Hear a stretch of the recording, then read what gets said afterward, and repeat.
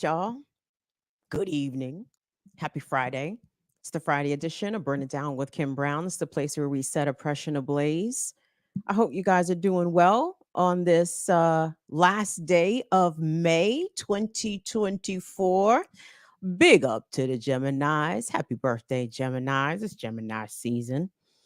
Try to listen to your better half, Geminis. The angel side of you rather than the devil side of the Gemini. Geminis know what I'm talking about. It doesn't require explanation. You know what I mean. So let's try to be good Geminis this season, shall we? All right. Hope you guys are doing good. Come on in, join us. It's Burn It Down with Kim Brown. We do this every Tuesday, Friday, 7 p.m. Eastern. As you see, we're running a little late. Late in part because, as you all know, I have an elderly geriatric dog, a 15-and-a-half-year-old pit bull. Y'all put some respect on Bagheera's name, Buck. But in her elderly years, as most elders, maybe not say most, let me not say most, because in people years, Bagheera, I think, would be like 110. So I think most 110-year-olds would have incontinence issues. Yes, she's having that. And of course, she took a nice number one under the dining room table about 12 minutes ago. I said, "Thank you, Bagheera. Your timing remains mwah, impeccable, just impeccable timing." So of course that threw me off to, track distraction wise a little bit. So let me try to get refocused in here. First of all, let me entree onto the chat and greet my fire fam as they deserve to be greeted. Thank you guys so much for making the time. If the thumbnail on the video tonight's live looks a little familiar, oh, see, are we doing this again, YouTube? Are we doing this again, YouTube? Got it. Got it. Okay. If the thumbnail looks a little familiar, it's because I think Molly told me she thieved with permission for me. She thieved the thumbnail from today's EYL discussion, Earn Your Liberation on BPM. Um, a show that I am a fan of, continue to be a fan of, and am appreciative of the intention of today's conversation, or at least one of the conversations that the brothers from EYO had today. And that was, I thought, to address not only the harmful misogynistic rhetoric of the Black manosphere, but to somehow maybe offer some sort of counter to it. And before I get into my critique, I need to preface it with a couple of things. So let me tell you guys the end first. After I finished watching that segment on EYL and throughout the segment, but definitely at the end, I felt as though I went through the 5 stages of grief. We're familiar with the 5 stages of grief. I think it's denial, anger, bargaining, depression, acceptance. Am I missing one? Is that 5? Y'all know I can't half-ass fucking count. But I went through a range of emotions, which capped off with, at the conclusion of today's EYL show, I sat there for about 20 or so minutes, just kind of processing what I had heard. And I cried. I cried. I dropped tears of sadness. They were not tears of anger. They were not tears of frustration. They were tears of sadness, in some ways, resignation. And I'll get into how I got to those tears in a bit. Let me try. Let me give it the old auntie try one more time. I don't know what's wrong with my phone. And yeah, I do blame the phone. I know y'all like, Kim, we know you got issues. I know that. And the phone also has issues, okay? So it ain't just me with the issues. The phone fucking be having issues too. So there's that. So anyway, we are going to play chunks of today's discussion on EYL, and let me just start there first. Let me see if I can get into this chat real quick. Do me a favor, engage with the video if you don't mind. by liking the video, subscribing to the channel. Consider becoming a channel member here on YouTube, or you can support us also on Patreon, patreon.com/BIDWKB. Shout out to everyone watching us on Twitter, Twitch, Facebook. Is it? Well, whatever the hot thing that the kids is on. I'm joking. You guys know I'm kidding. I'm old. I ain't that old. I know Facebook is for, yeah, your auntie and uncles like me, except I'm an anti-Facebook auntie, which is an interesting turn of phrase. I'm an anti-Facebook auntie. Oh, but you know what I meant though, because there go the negritude. Well, see, okay, well, fine, fine. Things just don't want to cooperate. That's fine. That's okay. I don't care. Leave me alone. There we go. All right. Well, I don't need this to cooperate in order to get my shit off. So let me go ahead and roll here. Come on in, everybody. Will, do me a favor. Set aside some comments, some questions. If anybody says anything pertinent, relevant, definitely share them on screen and maybe accumulate some joints to talk about at the end. Oh, by the way, Will, I wanted to tell you this as well. Not yet. I'll let you know when, but I do want to drop the link in the chat. I want to drop the StreamYard because I was because I had to go back and watch the EYL segment 2 times. I had to watch it 2 times to make sure I was hearing what I thought I was hearing. And then the second time I did kind of go back and reference some of the chat, and I appreciate some of the solidarity I was seeing in the chat. Because I think you guys saw, let's just say, the conversation not be what I expected. Okay. So let me say that. So we'll go ahead and let's get started with today's conversation. We're going to start right at the very beginning, because the conversation went off the rails almost immediately. It went off the rails almost immediately, and I went into my denial phase of my 5 stages of grief. So Will, can we go ahead and get started, starting at the beginning, please? Coming up, who stepped up to what we could, I think, lovingly call the Kim Brown Challenge, the Kim Brown Manosphere Challenge, who on the Remix Morning Show the other day said, y'all not addressing the manosphere right. Y'all don't do this right. You don't do what other people on other platforms do. So we now that was a lifetime remix, as all of this that we're about to see happen got put together. So without further ado, we can welcome folks to the stage. Pause it for me real quick, Will. Pause it, just pause it. So let me say this. So I want to thank Jared. I want to thank Geechee. I want to thank Diallo for responding to my challenge, which it was a challenge. But to correct Brother Jared right there, I don't think I said y'all don't do it right. I think I kind of said y'all don't do it at all. Right, wrong. I think my main critique is, does it happen at all? Right. And that's where I think where we shall begin, and was kind of my point of issuing a challenge in the first place. There is no counter, or at least in my opinion, or maybe I just don't encounter it organically enough when I'm scrolling Twitter, TikTok, etc. I encounter plenty of the manosphere shit, and trust and believe, guys, I don't follow those accounts. That shit should not even be showing up in my algorithm. I do not seek out manosphere content, and yet there it is percolating. So my challenge, I thought, to the brothers was to be a counter to manosphere rhetoric, the harmful misogyny, specifically misogynist rhetoric that comes from manospheric spaces, and the damage that does not only to our community as a whole, but to men and women in real time. The real time violence that men overwhelmingly perpetrate. Okay. So go ahead. So wait a minute. Before I even tell you to start, Will, let me tell y'all this if you didn't watch. So the conversation, I thought, was going to be, and this was my expectation, and again, maybe this is why I was crying and shit, because I had placed my expectations too high. And ladies, we know what happens when you do that. when you have your expectations too high, you may get let down.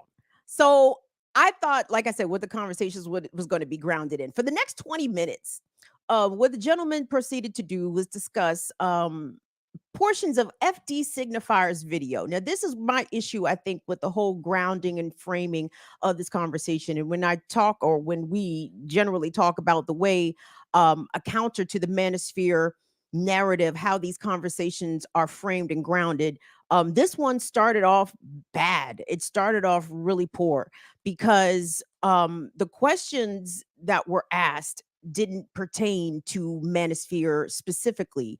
FD Signifier was asked primarily about his recent video. And let me tell you why that is, in my opinion, insufficient framing. Okay.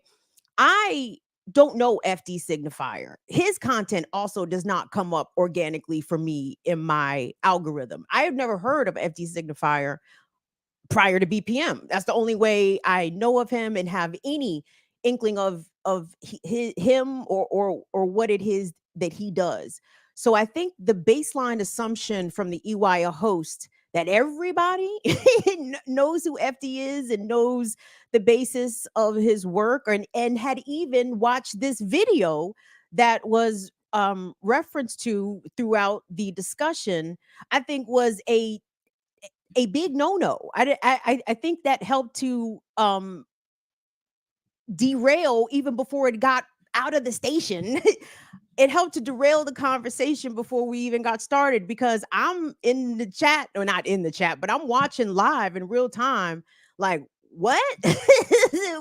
wait, what are we talking about? Derek who? Wait, I thought we were talking about misogyny. We're not talking about what happened? The first 20 minutes, guys, the first 5 minutes, I think, it was very male centered.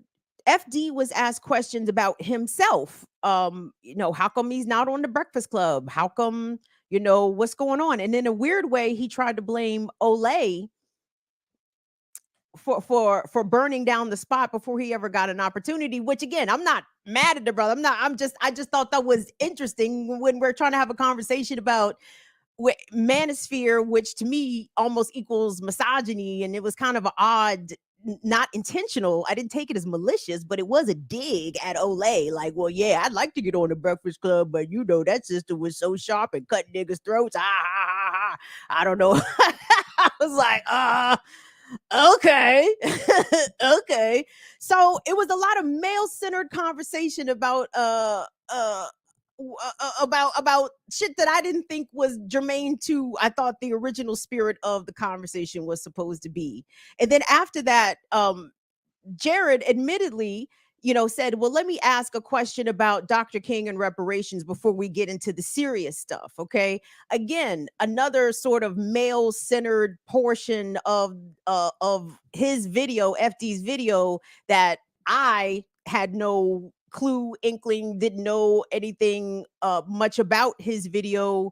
So I'm watching. So now we're 5 minutes in. Now we're 10 minutes in. Now we're 15 minutes in. And we're still talking about Dr. King and reparations. And then, Will, do me a favor. Start me about 15 minutes from that spot where we are right now.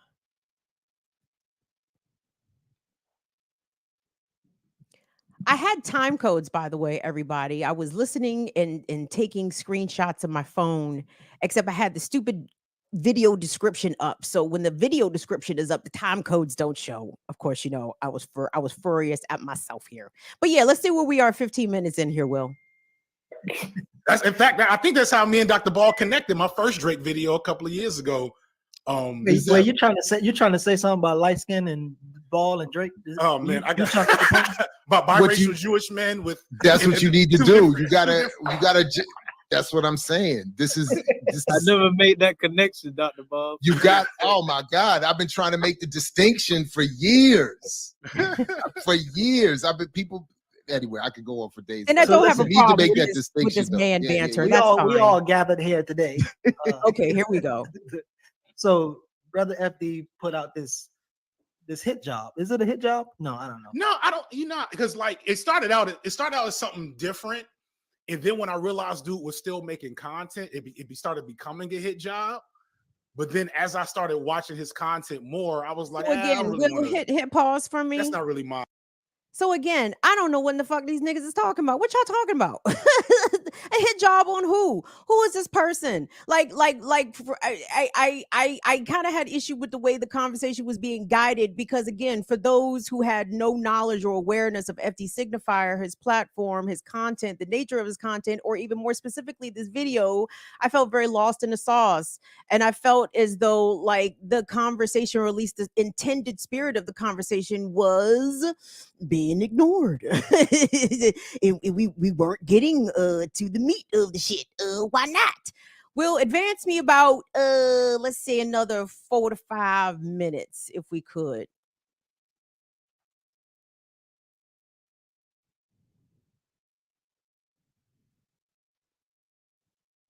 Look at Will. And then as the social media companies became more and more prolific, then it became monetizable that you could start bullshit just for the sake of making Okay, money. here we go. between Do me black a favor. communities. Back that up a couple of And minutes. Back so that up like video set out to 2 kind of minutes, like 2, analyze 3 minutes. first why this was such an effective trick bag to use. Are people adopting There we the go. Back that actual, up because we kind of ideology get into the discourse gender around black feminist wars. thought? And I'm mostly just pulling out things that can be transmutated into girl boss activity. Will, you gotta back it up. You gotta back it up for me. Hold on. I need you to back that up like 3 minutes. Like 3 minutes. Because the first question after the question about Dr. King and reparations, that went on for a minute. And then and then the next question, I think, had to do with black feminism. Go ahead, Will. Hit that play. Different. And then when I realized dude was still making content, it started becoming a hit job. But then as I started watching his content more, I was like, I don't really want to. That's not really my thing right now. Is to just like blow a nigga up. Especially when I looked at him in context, it's not really him. It's the atmosphere that he's a part of. It's one thing to say like, okay, you're a bad guy, but if you operate within a system that promotes your bad behavior, I think I'm doing a disservice if I don't spend a little more time engaging with that system versus you, if that makes sense. Right. So I want to try to throw this first question in, and then everybody after you go first, but then everybody can chime in, the host or the Black Men Build Brothers. But so one of the few things when you started talking about like what the manosphere and then feminism, you touched on a little bit, but from your standpoint, standing in your contradictions, what would you suggest that Black feminists focus on? And then maybe kind of talk about like what you think about like the personal empowerment that goes along with what people call feminism right now. So Pause that will for me be if you could, Will. your Pause it suggestion of right how there. Pause a it right feminist- there.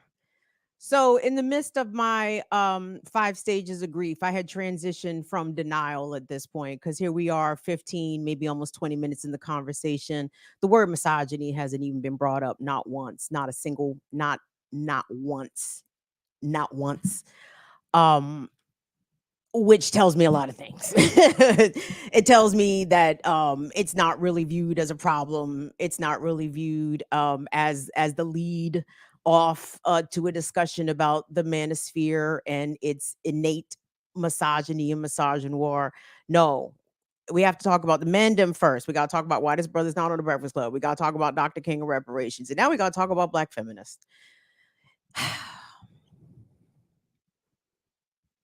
This is when I got mad. This is when I went from denial to anger because I couldn't believe like the question that I thought, again, the intended spirit of this discussion, of this conversation, to discuss how brothers sometimes stand within that power of the patriarchy.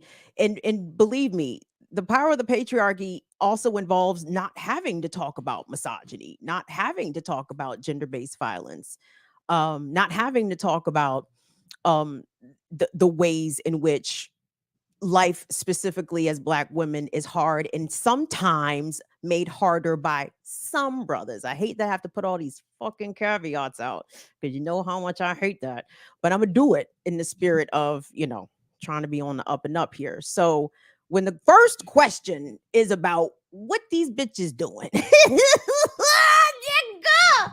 when I fucking tell you, I started to yell at my TV screen because I said, wow, I thought we were having a conversation about something else. And then it somehow comes back to what these bitches is doing wrong, right? What's the harm of Black feminism? I didn't even see the role. I didn't even see the purpose or the place that Black feminism was playing in this discussion. But again, in the spirit of fairness, because I did not watch FD's video, he must have talked about it, right? But again, trying to appeal to the broader audience whom everybody should assume maybe had not seen the video, maybe has not done the reading or whatever. You need to speak to a mass audience as though they are coming to the table with absolutely no clue, reference, or context for what is being discussed. So when the first question that comes out is about Black feminism, I said, it's over. like what's the conversation now? Like the conversation is immediately derailed. It's about these bitches now. You know what I'm saying? And then it started to come up. And again, and I'm that's me being somewhat hyperbolic, okay? Because let me not misrepresent what anybody said, but that was again how I took it, right? That was my perception. That's how I received that. Like this conversation, it's not even being worth framed in a more serious way, because we got to talk about what the women are doing wrong that somehow spawned the manosphere, spawned these reactions. And then FD goes on to talk about the monetization of the gender wars, which again, I do take issue with the I call it a mischaracterization of the term gender war, because what's the war? Women are being slaughtered out here. Ain't no war. Women are fucking Palestinians and the men are Israelis. Like, what war are we talking about? What are we talking about? What's the gender war? Oh, because women get on and complain about, whatever the fuck the bougie women complain about. Okay, I keep telling y'all from my perspective, I don't get into feminist theory, praxis, the way I'm a survivalist. Okay, women, especially Black women right now, are not surviving not only encounters with their partners, but not surviving encounters with strangers on the street. And because violence against women is so normalized, it's such an everyday part of our life. Like it's the shrugging of the shoulder. Anyway, let me calm down. Let's get back to the video, Will. So yeah, the question was asked about the feminist, and let me shout out to Josh Ingram. If you advance that maybe about 5 minutes, Will, let's see where we are about 5 minutes. Josh had the presence of mind to come back and attempt to reset the conversation, because I would imagine that y'all in the chat was giving some of the business. Like, hey, the fuck we talking about Black feminism for, y'all? I thought we was talking about the manosphere and the harmful role of the rhetoric of the manosphere. So, Will, yeah, let crank me up about 5 minutes, Chief, and let's hit play. Things See that where get we said at. maybe in the comments or even as FD said. But if there's any thoughts, and I see brother Shaw was kind of acknowledging some of the stuff that FD was saying, but if there's any other thoughts around that question or what was said in terms of feminism? Yeah, just want to, as Josh said, just lift up the importance of feminism and Black feminism in this moment that we're in, and the importance of it as a wave of ideology that we must uptake and keep strong in our movements, because we got to do something different than what was done in the past in different ways, right? But your critique is real, FD, and I don't think that this is I don't think that we should feel shamed with calling this out, because this is a very, like, the critique is around a liberalism and a sort of co-optation and around the feminist thought that we actually want to take up. right? If you think about the Combahee River Collective, just that statement and what they said in their statement, this is very different than some of the ways that we see sort of mainstream feminism showing up, where you'll get a video of like a black woman. It was either a black woman or there was some ad that either the CIA or somebody put out. There was like a black woman or a Afro Latina getting Yeah. into the halls of power in the CIA, and then like it's saying "Black Girl Magic," you know, and people cheering it on. Just this Hold on, idea that pause you that can for me. just Pause that for me, Will, because here's the thing. What I don't want us to do is to conflate black bougie aspirationalism, with capitalistic stars in their eyes, getting the bag stars in their eyes. I do not want us to conflate that with specifically what I'm talking about. I'm not talking about black feminism in that perspective. Again, survivalism. Again, like to sort of demean, or not demean, demean's not the right word, let me say diminish, let me say undermine, right? Like, I hear the conversations online, I see the goofy conversations amongst single black women of a certain class and status complaining about the lack of comparably classed, educated, men that are faithful and straight. I don't fucking know, right? But I'm not talking about that. Never have I ever.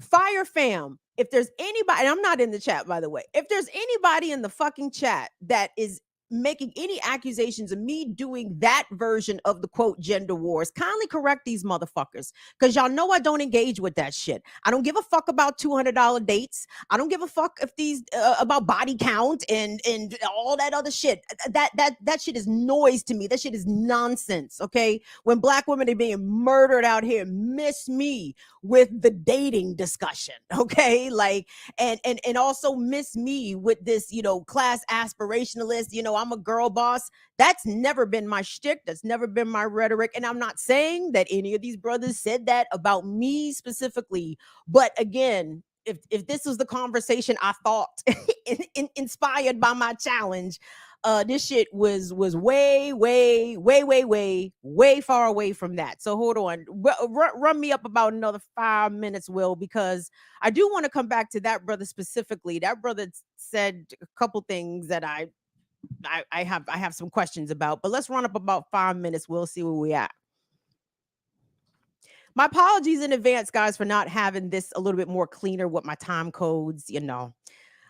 I was in grief. I was grieving today. So the order of my thoughts sort of also went off the rails. But yeah, where are we at here, Will? Versus this multitude of other things that we're often shamed and told to reject, that in practice have a lot more potential for just developing better boys and better youth. Yeah. And I think you set the context properly. Oh, my bad. Yeah, go ahead. I just No, want to say, I think you set the go ahead. context properly in the video, or at least in a helpful way that takes us beyond all of this. You talk about the broader structural impact of all this. You talk a little bit about class and the impact that has on all of this as well. So I thought that was helpful. But yeah, sorry, whoever I cut off. Go ahead. I was going to add, I Josh, think, yeah. yeah, the conceit of the video, like gender is a scam. It's economics. I think your video, and Geechee, to your question, we talk about how gender has to be performed, is that it's a result of our economic condition. That creates how we have to perform masculinity or femininity. And that is why when people statistically cannot achieve what is impossible for the majority to achieve, they experience psychological distress. And they have these issues with how they have to perform what they think they're supposed to perform. And I think, well, that's really interesting. If I'm to bring in like a black trans feminist analysis, is that Can when you pause people that for challenge me? like gender dysphoria as this medical condition. I'm sorry. And again, that is, let me say this. It is no disrespect to the black feminist perspective. I don't know enough about it and I'm not impacted by it. And I don't think it was wholly germane to what I thought the initial spirit of the conversation. And again, it was just another topic sort of away from addressing misogyny in our community and addressing the manosphere. And again, misogyny was a word that was barely uttered in an hour. It was wild. Advance me about 10 minutes, Will. Get me up because I'm trying to get to some specific comments here. And again, I fucked up my own time codes. And I appreciate you guys being here. Do me a favor, like, share the video, subscribe to the channel if you liking or dislike the shit too, by the way. It don't make me no never mind. Do what you want to do. Engage however you feel like with the content. I hope my brother Will is able to keep up with the comments, etc., etc. So where we at, Will? Yeah. Let's stay with the video. And attack. And people in the comments now still calling him a simp. But he was in a bodyguard at a Christian church where a woman had a oral sex demon exercise from her. So even people who, like you said, gender patriarchy is not simply an ideology. There are so much. It's like racism. It's omnipresent. Mm-hmm. It is something that it's inescapable and that is embedded in your life. And if you don't properly engage it, you will become an asset of it unconsciously. It's far more than patriarchal men don't wake up and say, okay, time to, clock into the patriarchy. It's something that is passive, mm-hmm. that you could literally, you have to consciously and deliberately attack and challenge and deconstruct in your own self every goddamn day. Like white folks have to do with racism. You have to consciously be anti-racist, or because if you just lean to the default, then you're part of the problem. It's the same thing with men in patriarchy. If you're not consciously if you're not able, as I engage, I've been married for over 20 years, and I have to constantly, I came into that relationship sexist, patriarchal, and as I deconstruct it, it's daily work. It's not just, well, I don't have that ideology, therefore I don't believe in patriarchy. I've denounced patriarchy, therefore my job is done. White people, I've never called a black person the N-word. I've never done a racism. Real quick, let Asa jump in, and then if Jared got anything. Pause that for me, Will. Can we put a cape on Diallo's back? Can we recognize a hero when we see one? Let me tell you something. There was not many bright spots in this conversation, okay? And but for some thoughtful questions from Diallo, some thoughtful questions from Jared, some deliberate resetting from Josh, and some commentary just like that from Diallo, this whole segment would have just fell off a cliff, y'all. It would have. Instead of just crying sad tears, I would have sobbed. I would have been snotting. I didn't get to snot level. I did cry though. I did cry tears of sadness and resignation. But that right there was a spot of sunshine, because it was, thank you, a realistic statement that needed to be spoken aloud. Sometimes I think that people or brothers that consider themselves good brothers, they think those thoughts, but because, they just assume it doesn't need to be said aloud. Of course, I denounce patriarchy. Of course. No. You need to denounce it full-throatedly and with your chest, and you need to do the daily interrogation that it takes to figure out within yourself, in your daily actions, in your daily interactions with women, be them women you are related to, women you work with, women you see on the street, women you are interested in. How does patriarchy inform these engagements? And denying that it does is wrong. It's like the whites.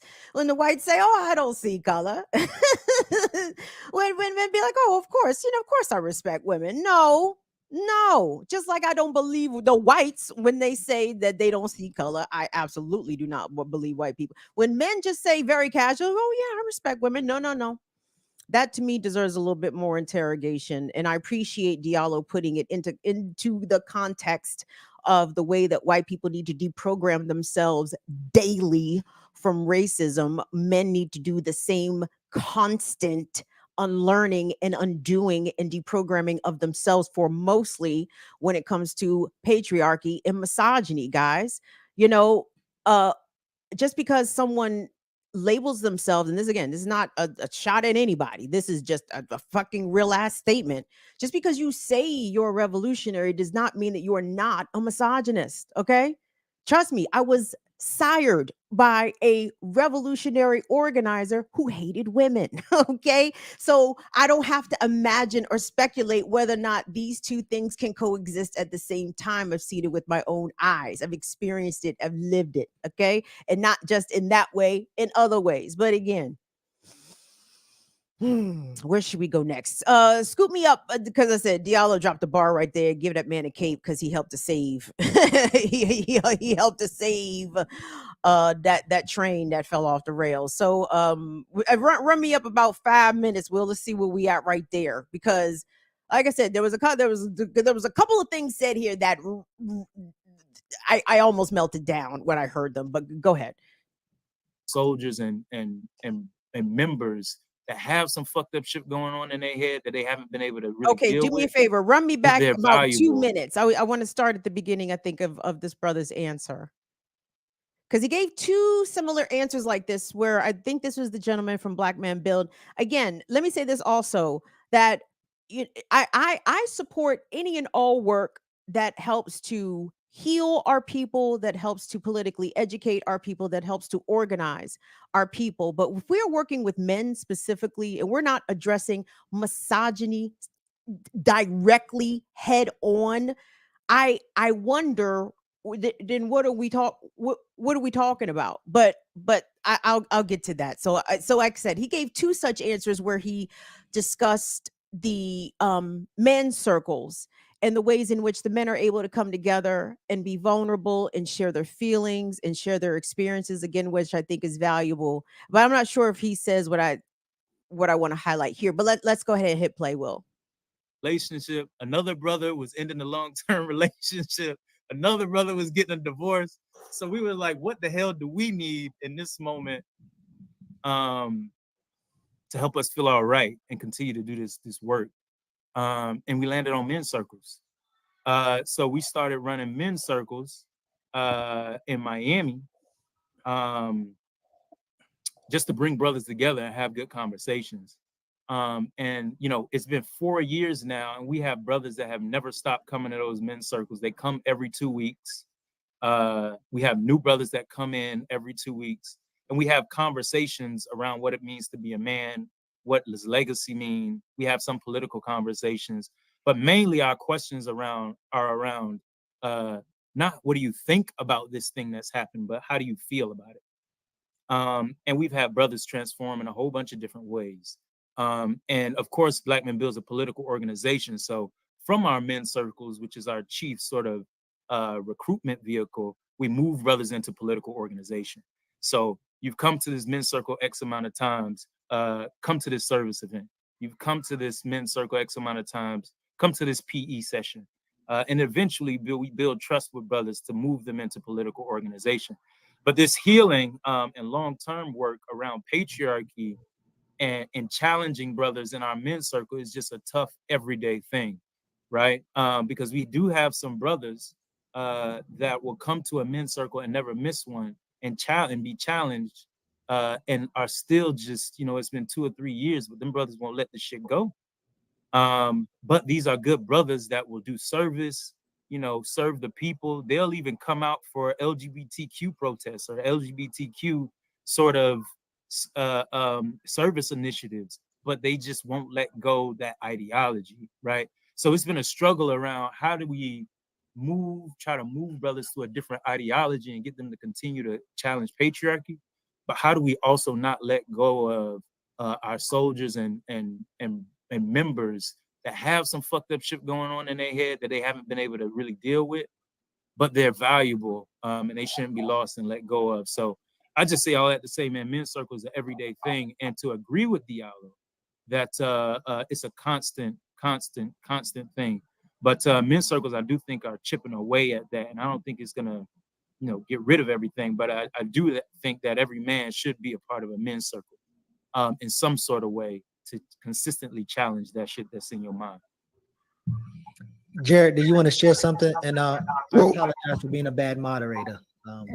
But I also have a question too. Again, this is something that I did appreciate about FD's video, in that it did point to, because one of the notes I wrote that is that the real scam is class, and that the super left, as it's described, does have the answers. So when you were sort of, there's a passing moment where the super left is sort of mockingly, I don't know if you meant it that way or you were being sort of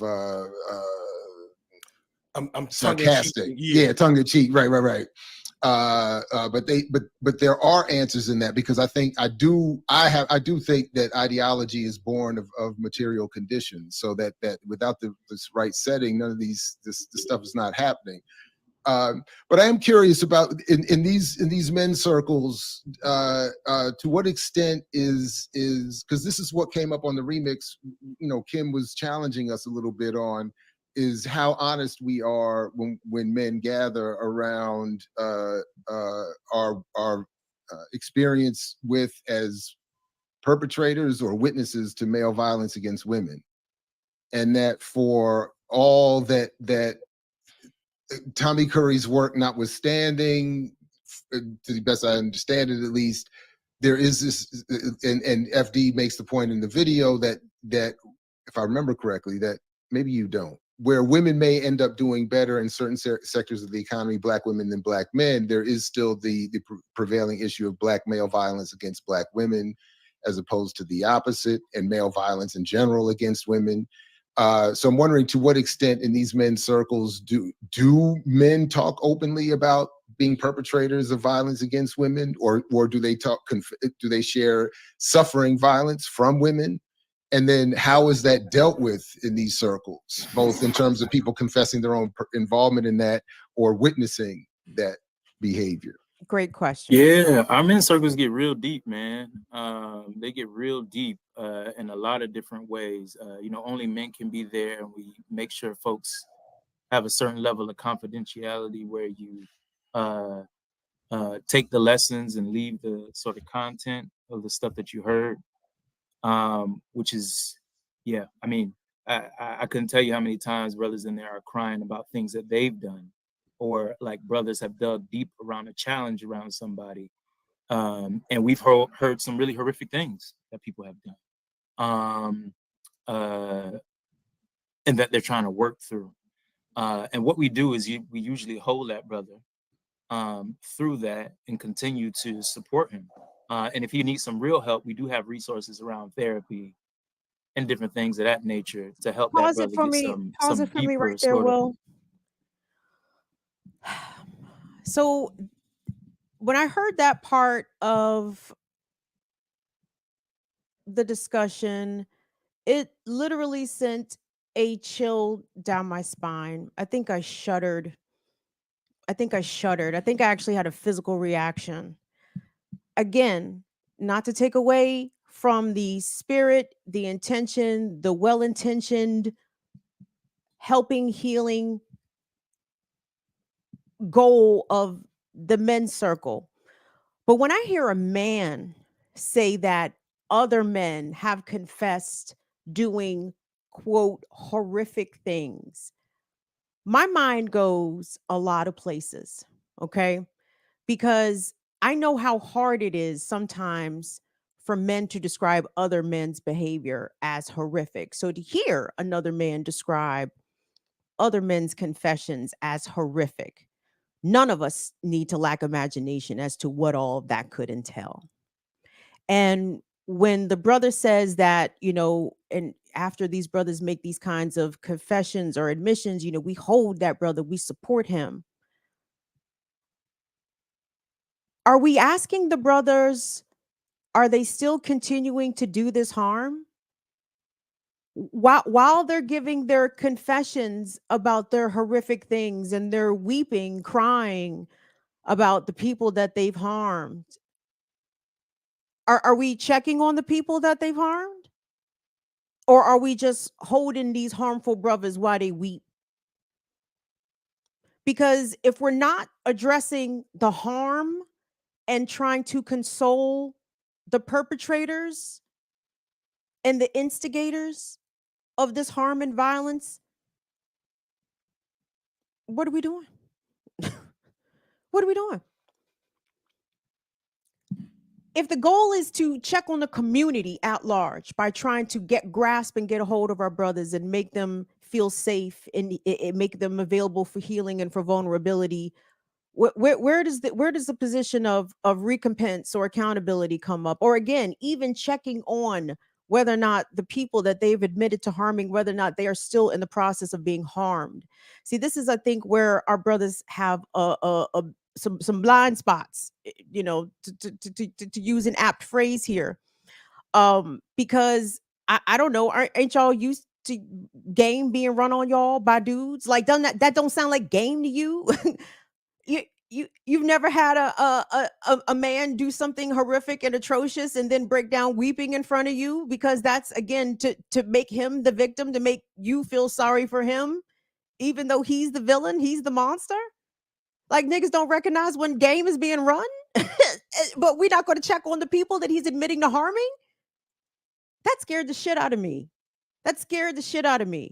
And it was a perfect, crystal clear example in the ways that, again, we don't take violence against women seriously. We don't take misogyny seriously, because the focus is trying to assuage the feelings of the perpetrator, of the aggressor.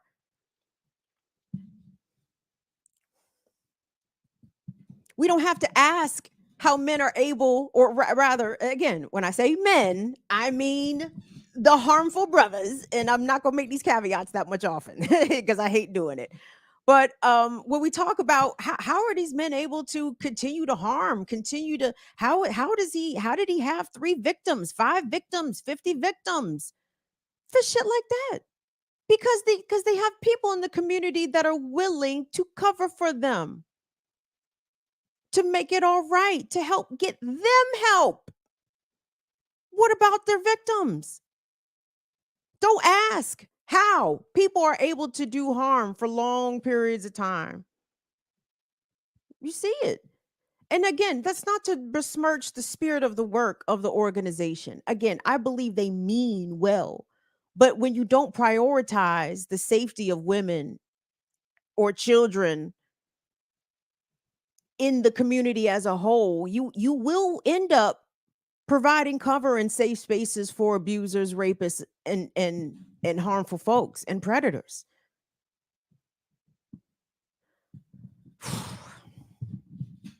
Run the video for me, Will, please. Professional help around what he needs. But yeah, brothers disclose all types of shit in men's circle, man, especially if they've been coming for long enough. They disclose all of that, man. Hold on. Deeper than Pause it again for me. This is the other issue I think I had with that specific segment, is that my brothers did not name any of the horrific things, right? How in the world are we actually going to combat or confront the wide spectrum of abuse, for example? Because shout out to Zenzi Bell. Zenzi Bell put the question to the Remix Morning Show the other morning. We can't even define what abuse is. We think it's just when somebody show up with a black eye.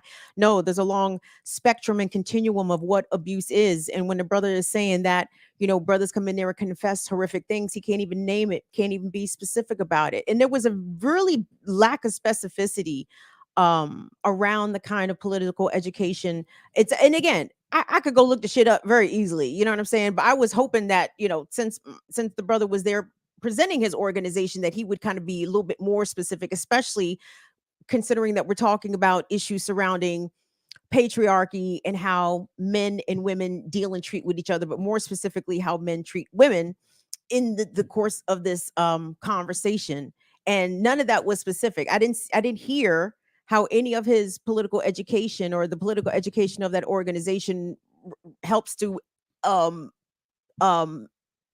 deprogram men out of misogynist frames of minds. He did say, that they do work with brothers, and it's hard to working with brothers who have these patriarchal attitudes and these anti-LGBTQ attitudes. But I would like to have heard more about what the specifics around that are. What are the entry points of conversation with those men? How do you what are you exactly trying to convey to them? Are you trying to are we at the baseline of are women people? like I would like to know, like, where's our starting point at when we're trying to deconstruct brothers and rescue them from the abyss of the patriarchy and the harmfulness of misogynistic and misogynoir thinking. Like I don't know what our entry point is.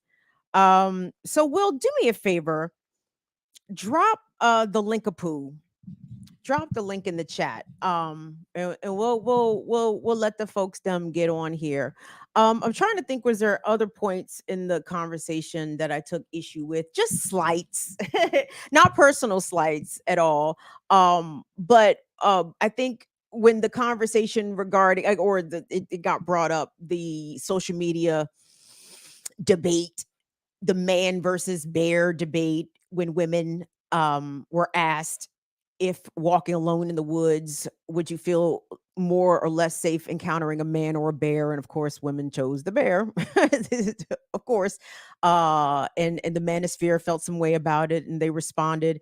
And I think FD said something again. I'm not gonna hold it against the brother, but it did sound slighty, because he said something about, well, the logic is, but the way he framed it, it was like, oh, well, of course it's illogical for women to think that they would be safer with a bear than a man, but it's the point of the conversation, the brothers.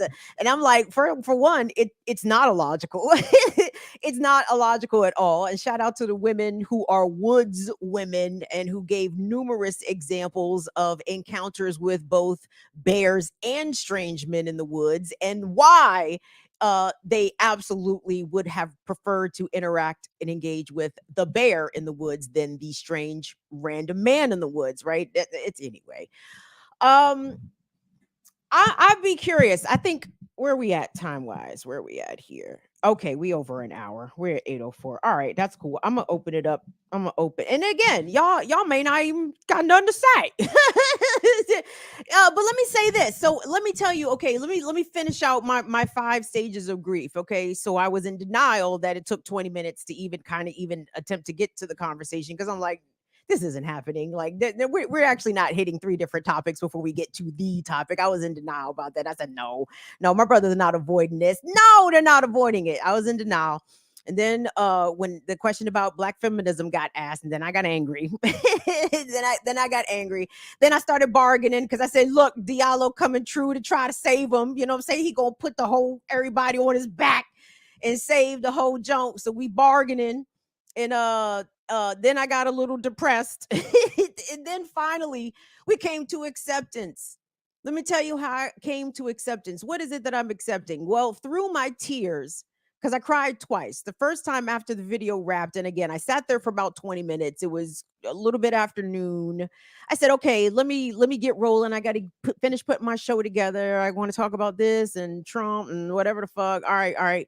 And every time I tried to focus on getting my show together, I kept coming back to the conversation on EYL. I kept coming back to it. Like I could not stop thinking about it. And then I called one of my friends, and I was like, I'm really struggling trying to focus for thinking about this conversation. And my friend was trying to ask, what is it that you are so upset about? And what upset me, and let me just say this, be clear here. I thank the EYL bruvs.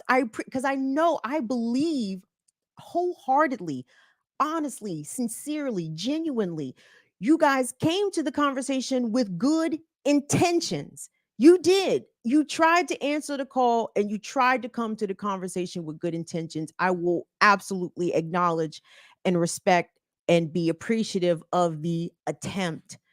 Okay.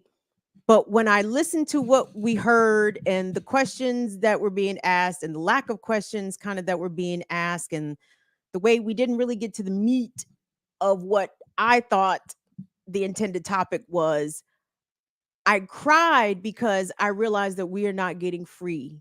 Okay. Jared, Geechee, and Diallo are our best and our brightest.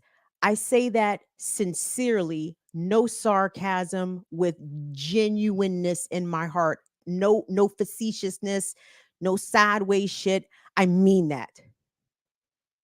EYL is a compelling show because it's intelligent, it's thoughtful, it's thought provoking, it's compelling.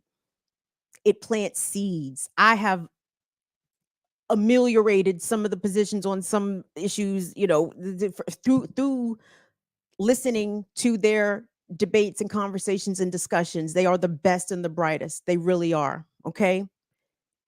And if they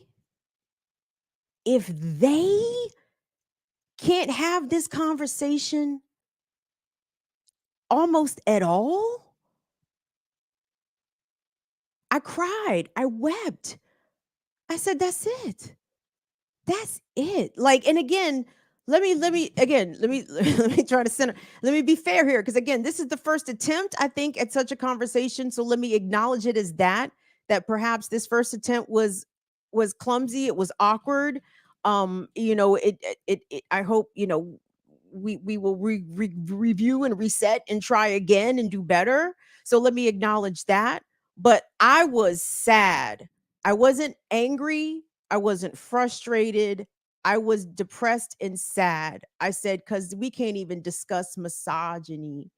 It's not even a priority. Like, we can't even bring it up. Does it even exist? Is it even worthy of discussion? Can we even name it? And when our best and our brightest can't, oh man. What's up, Will? You trying to say something? Okay, no. All right. I was just gonna read the comments. Okay, read some comments. FD and Geechee in the chat. Thank y'all for being here. Appreciate it. Yeah, it's a lot of feelings, a lot of different perspectives. Geechee definitely made the point. I could read some of the stuff. Geechee was basically saying, you know, because I don't want to read everybody's comments, but you know, he didn't know about the challenge. It was more or less about FD's video, and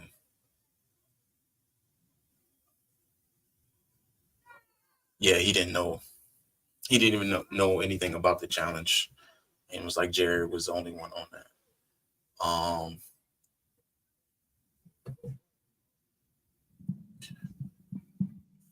Two F's, Kim and Zenzi and Jackie on EYL next.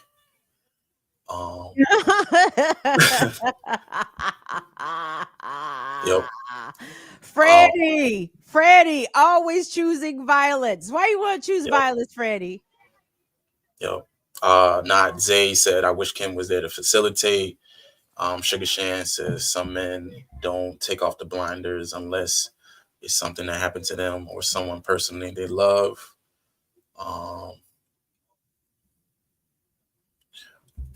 Rails Pasta Sauce, I feel like the challenge just so happened to coincide with the timing of the challenge. It was not seemingly part of the original run based on the FD and Geechee's comments about knowing.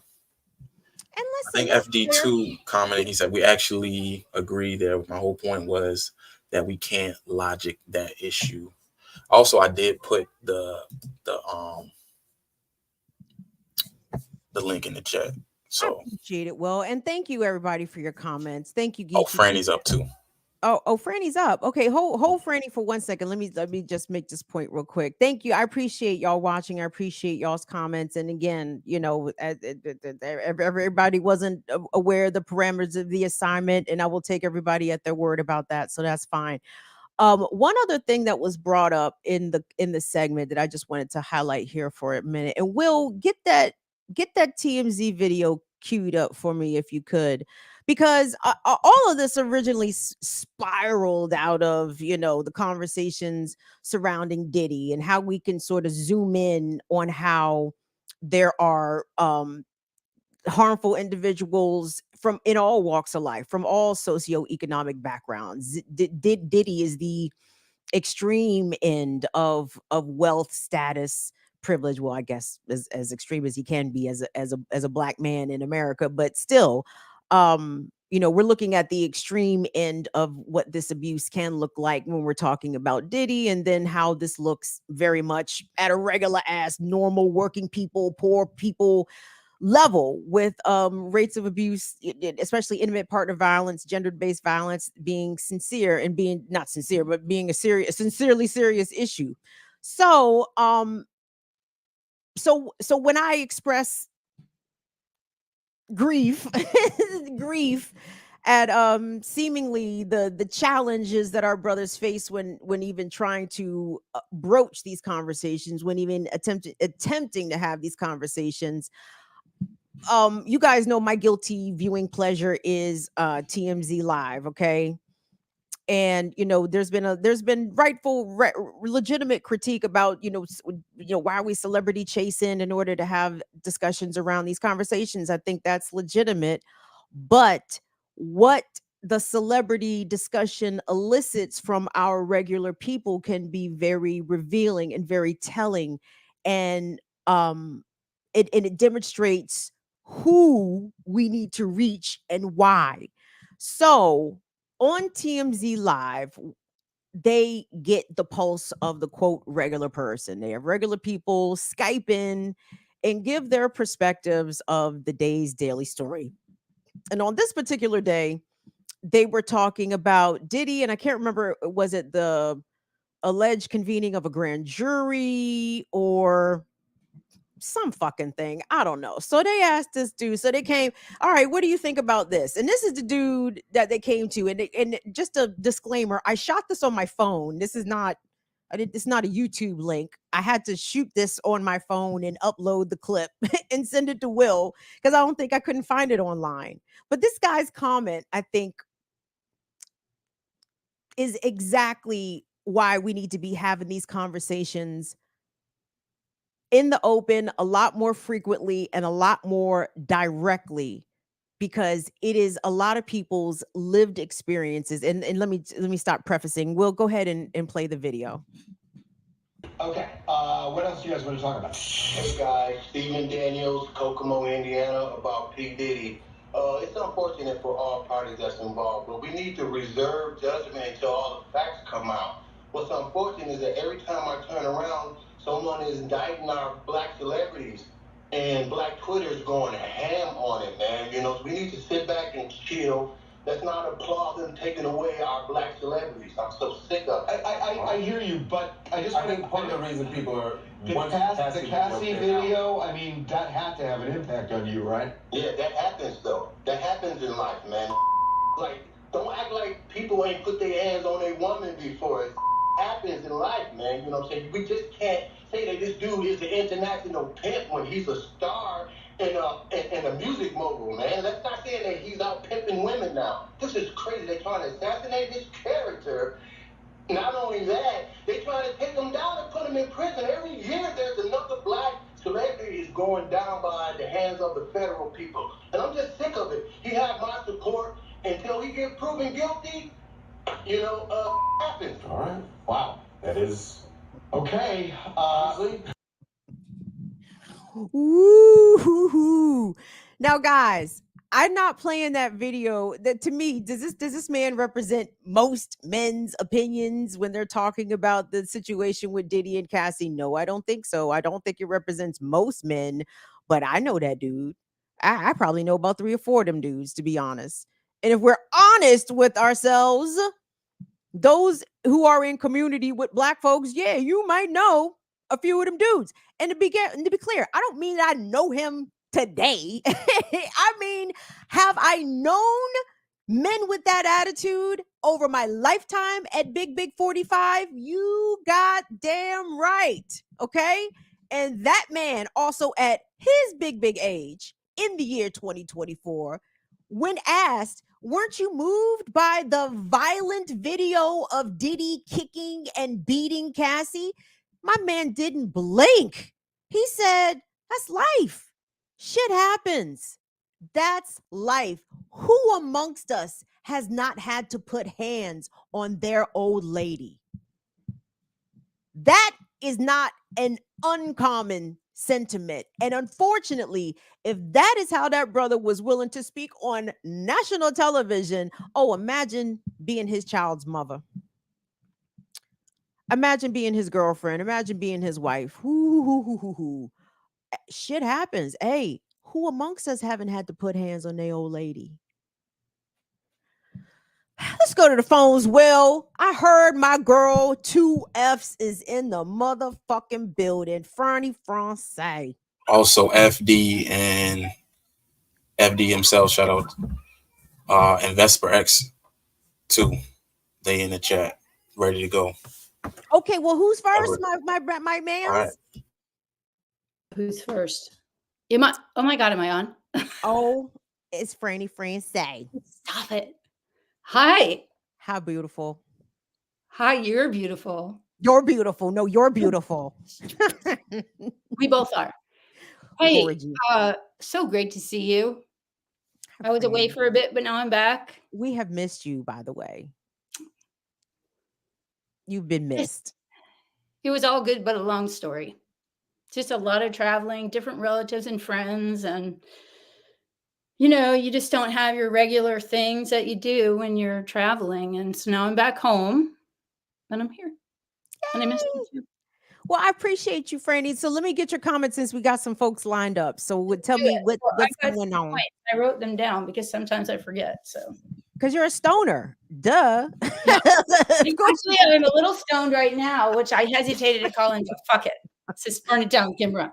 And I'm having Please. a little wine too because it's Friday, just a little in this tiny little glass somebody left on my porch when I was gone. I'm like, who gave me that glass? Sweet. Nobody's fessing up. All right, Diallo gets the trophy for gynocentricist or whatever. Because for making the point for me, the basic point, you can't know unless you work to know, unless you work to unknow. So that was a great point he made. I relate to that. And you're always on point. That's my second bullet. And my third bullet, it burns my biscuit to hear the women do it too trope. When you're talking about this fundamental issue, when you bring it up and then it gets derailed, and I hate that shit. So that's it. Thank you, Franny. You've reminded me of a point that I also wanted to make. So I agree with Diallo like 90% of the time, right? And he did have a 10% disagreement moment for me in the video when he talked about scapegoating. And maybe I need a little bit more clarification of what he meant.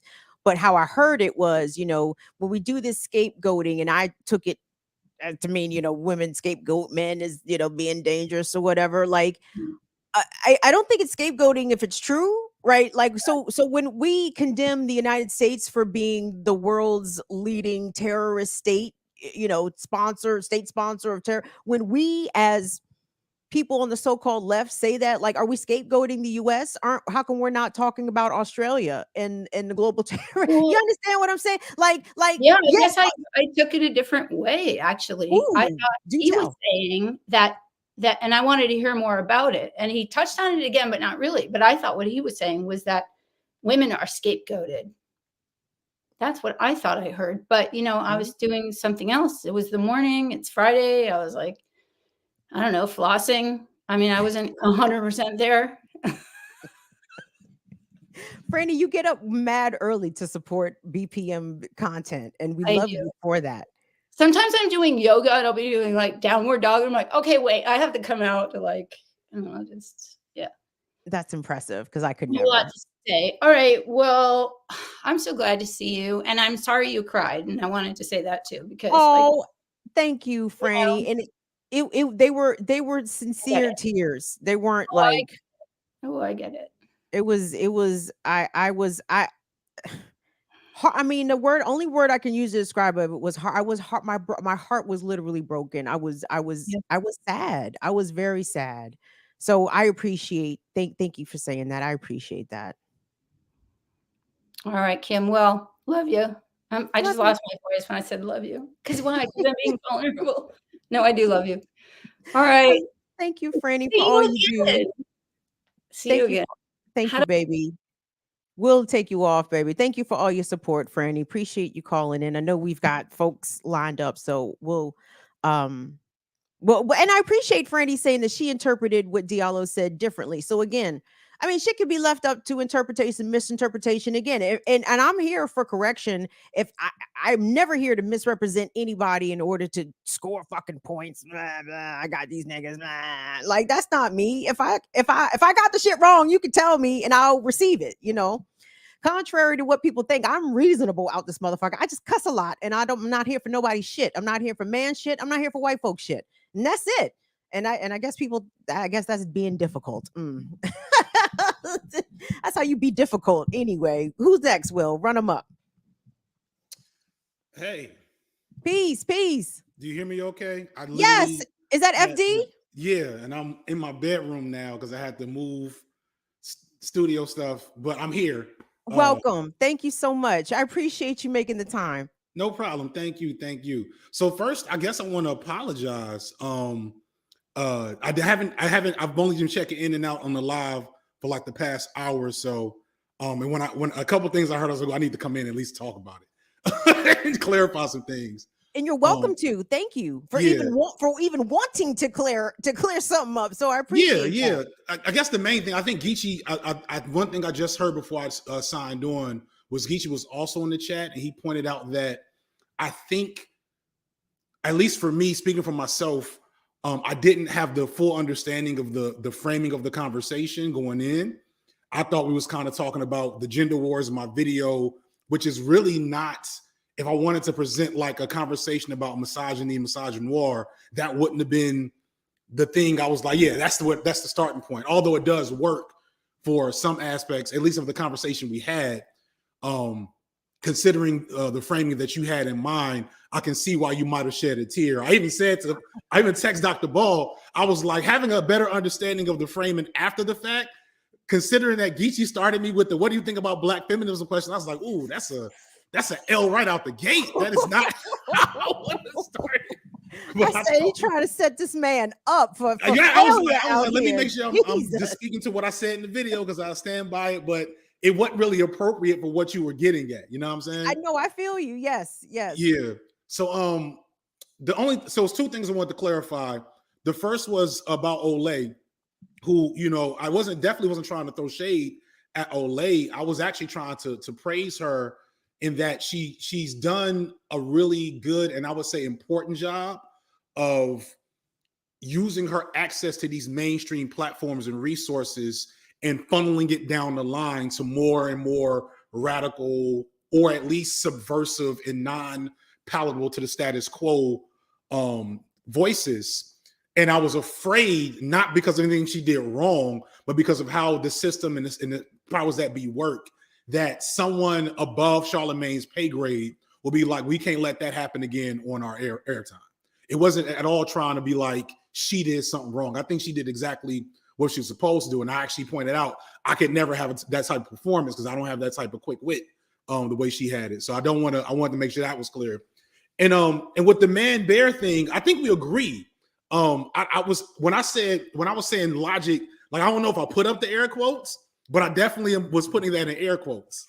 That's why I made the comment about Ben Shapiro, because it's like people, one thing that I think happens, I said something along these lines, is that when women, especially here, black women, come to black men to discuss the ways they're being harmed or the ways they've experienced harm, almost reflexively, because of patriarchy, et cetera, dudes want to put that into a logic practice, a logic bubble. Well, does it make sense that this happened, but not this? You know, what was the context? What were you Well, if you think about it, the bear has, you know, all these different things about his teeth and hunting and babies. And I was trying to say, I said it right after, the whole point of that conversation is that women are expressing to us that they don't feel safe, around men. And we can't get mad at them for how this hypothetical pours out. The message of the hypothetical is that women do not feel safe. I don't care how logical or illogical you think it is. That's not actually the point. And if you miss that point, to add on to that, to shout out to my boy, oh man, I'm gonna mess up his name. He's in one of my videos, but I got this from him off TikTok. He basically said, if you're debating with women why a bear is actually more safe than a man, what you're doing is identifying yourself as the type of dude that's actually not safe to be around. because you're failing to recognize the actual point of the question. So I wanted to make sure that was cleared up specifically. But I also wanted to offer you maybe to have this conversation again, specifically between me and you on my platform on the podcast that I do, just so I can get it straight from the horse's mouth, because I know it started with Diddy, but I don't know the full, because I was in and out. I don't know the full context, and I like to hear more of it, but I can't give you. I don't want to take up all the time for other people that called in, and B, I don't want to, and I don't have the time in the moment. So I appreciate that, FD. I honestly, I do appreciate you even bothering to call up here and offer some clarification. And to your point, the points that you made clear are now clearer. And I thank you very much for doing that. I had just had this conversation with my audience. I think it was last week, because I talk about issues of DV a lot. I talk about abuse, and I even try to be fair and balanced. I talk about when women themselves are the abusers, when women themselves harm not only children, but harm men in their intimate partner spaces. But when we're talking about the proportionality of it, it's not even close, right? We can talk about how women do harm men sometimes, but men are not only harming women, but they're harming each other, right? And so this is what I want to talk about, the issue of male violence, not even solely in the context of man versus woman, but man versus everybody. Because in the interest of even self-preservation, I don't see men kind of engaging in these conversations about male violence, even as it pertains to men being themselves the victim, which, our brother Diallo has acknowledged, but I don't hear, like, I guess y'all not worried about it. Like, I don't to worry about it, that's kind of, I'm sorry to cut you off. Like, to worry about it is unmanly. You know what I mean? Oh shit! Like, that's the fucked up trick bag that's in. It's like, you're not supposed to complain about possibly being a victim of violence. You a man, you supposed to be ready to get down in all the isms and catchphrases that we often have, that a lot of black men tell themselves as I think I love that that term survivalist. I'm gonna definitely get you to break that down for me when we talk for a longer time, because I think that's a dope way to crystallize the difference. Well, I don't want to say difference, but to crystallize the way that a lot of men try to detract from feminism and whatever else. And it's like, no, y'all are pulling in all this extra shit. Black women are trying to survive, and on a lot of levels, they trying to survive us. And if you can't appreciate that, we got so much further to go in that conversation. So yeah. Wow, thank you. Oh my God, I feel heard. Thank you so much for that, FD. I appreciate you taking the time to call out. I'm gonna get to some of our other callers. Can I reach out to Jared? And thank you. Can I reach out to Jared in terms of how to reach you? Yeah, just send an email. It ain't nothing. I'm not nearly as big and complex as you think. I'm a dude. I'm in my bedroom or my closet half the time. Peace and blessings. Thank you so much. Blessings to you as well. Appreciate that. Shout out to FD Signifier. I appreciate him making the time to not only listen, but to call and offer some clarity to his comments. And again, you guys, I'm not some ogre. I'm not, and I know I'm not even accused of being an ogre, not by anybody watching here, but I got my fans over there in the BPM chat, right? That swear to God, I'm a fucking misandrist, and I just want to drown every man that ever walked the earth. No, I actually love you hoes, believe it or not. I do. I want the best for you hoes. I do. But I just need you hoes to stop killing us. That's it. Y'all can even be hoes. Be all the hoes that y'all want to be. I support. I'm pro ho. Ho as much as you want to.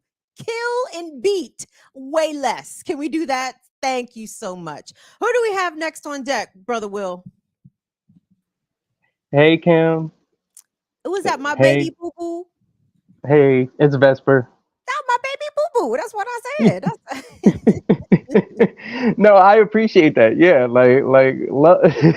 everything you just said had me cracking up, and I'm glad FD came on. I'm glad he came. Yeah, but yeah, I'm glad you started this conversation, because when I was watching it on BPN, I'm glad that it kind of derailed that whole show, but at the same time, it opened up this conversation that needs to be had. So thank you.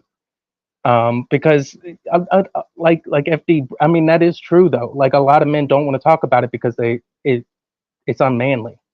Mm. But we need to have these kind of conversations, because without us reconcile, I mean, because this goes beyond race, this goes beyond gender.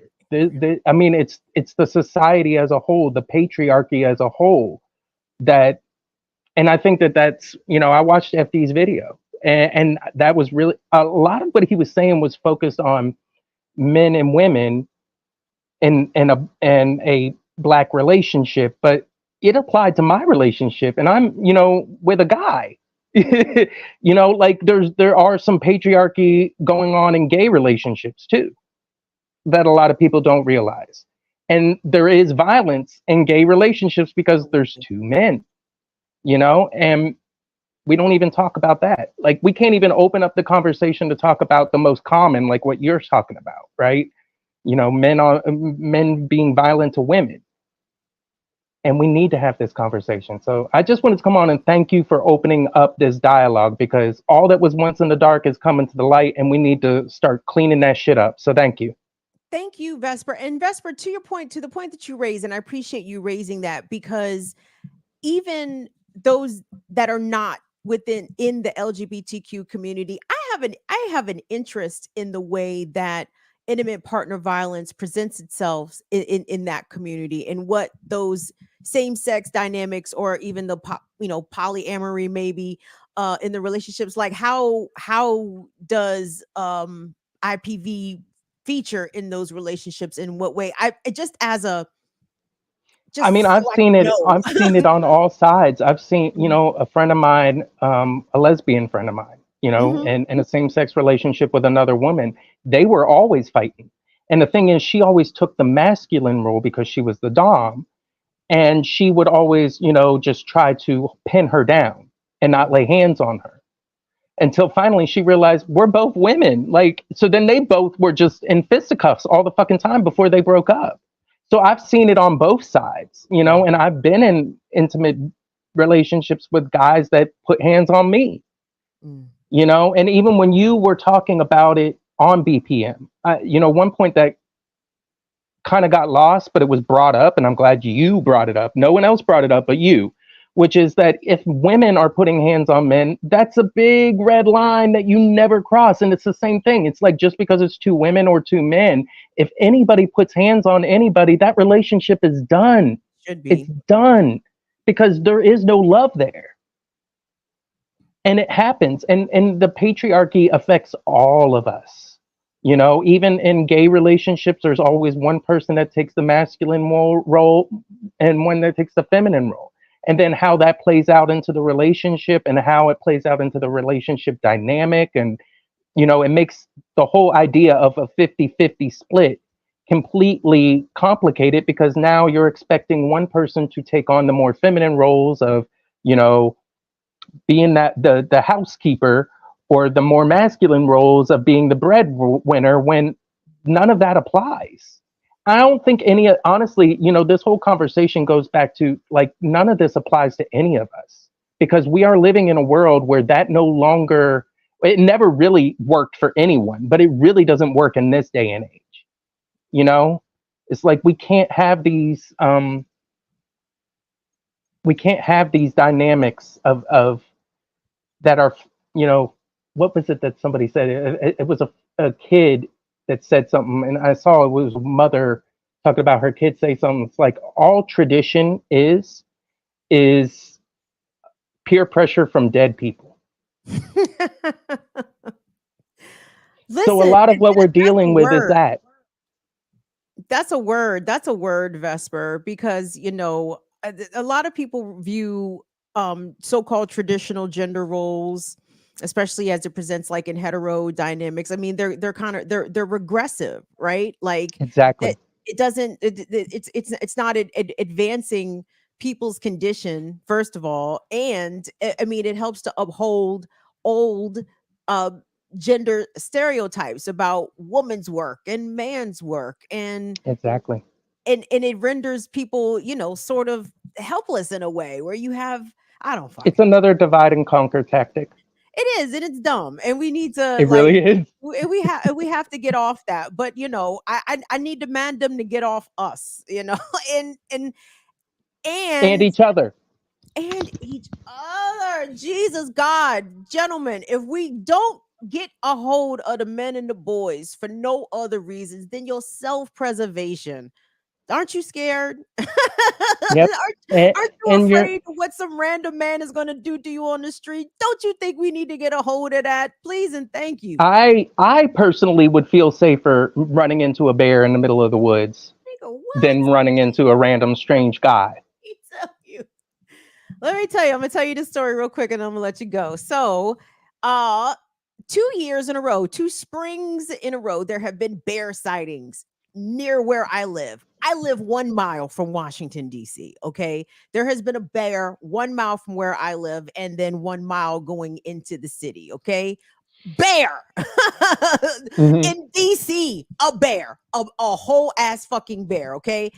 The park that I would go to by myself. One time I was there with my ex-partner who I was like jogging and he was a distance behind me walking, and it's near a wooded area but near a path. So I jog and I'm going on my way. He said he sees this man come out of the woods and start to follow me. But the man turned around, saw him, and then went back in the woods. Now, let me tell you something, Vesper. Now, do you think I stood a better chance versus that random man coming out the fucking woods to follow me, or the bear? Where if I stamp my foot at the bear and say, "Get the fuck out of here, bear," rah, that nigga gonna roll out. Vesper. I think if you would have passed by the bear would have just looked at you and kept on going. More than likely. It'd have been I choose the bear every I time. choose the bear too. Yeah, but I love you, Kim. Thank you for doing this. I appreciate it. Vesper, thank you so much for watching and supporting and doing all that you do. Thank you for calling tonight, Vesper. Love you so much. Love you, baby. Love you.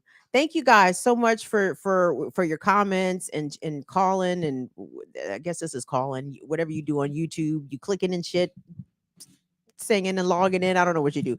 So thank you all for doing that. It's Burn It Down with Kim Brown. We're here every Tuesday and Friday, 7 p.m. Eastern.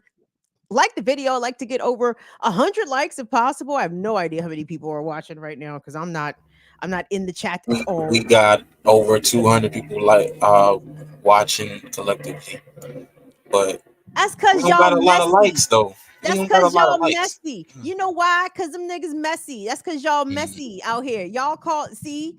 At least like the mess. That's what I'm saying.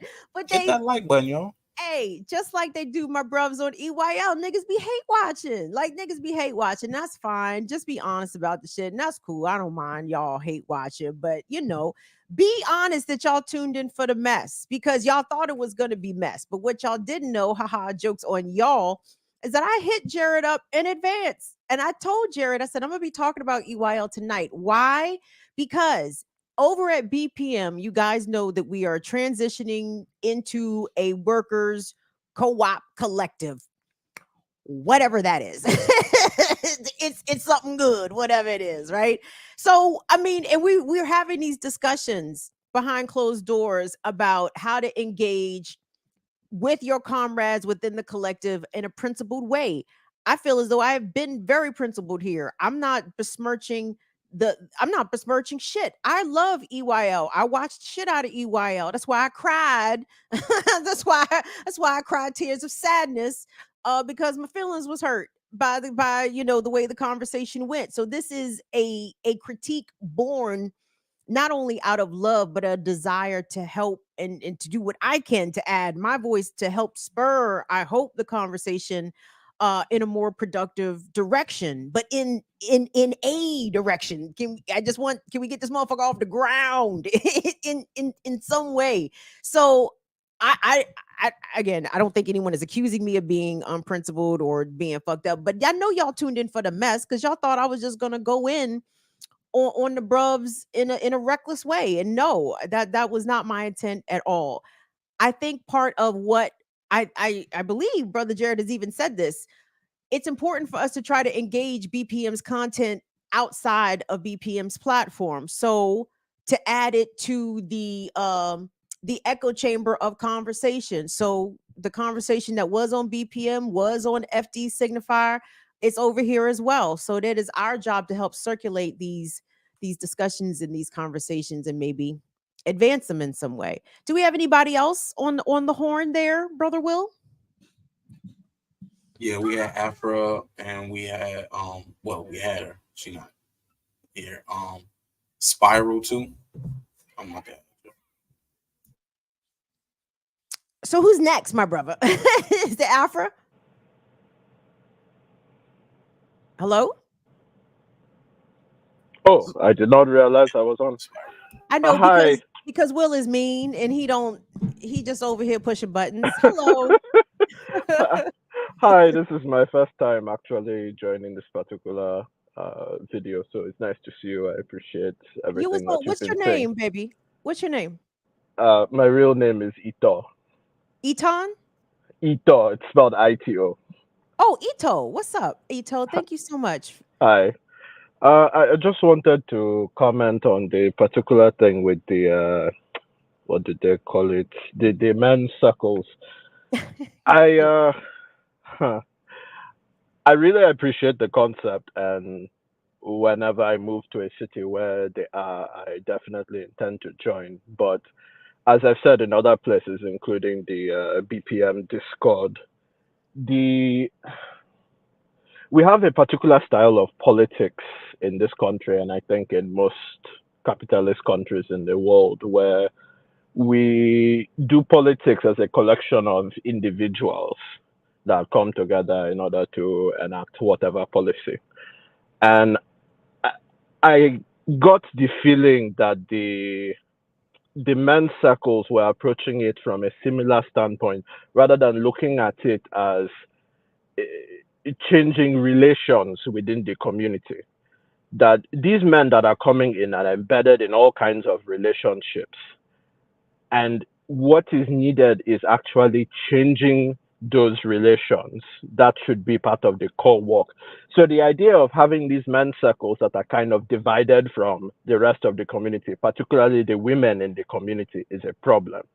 Yes, the men should get together and talk about things. That is necessary.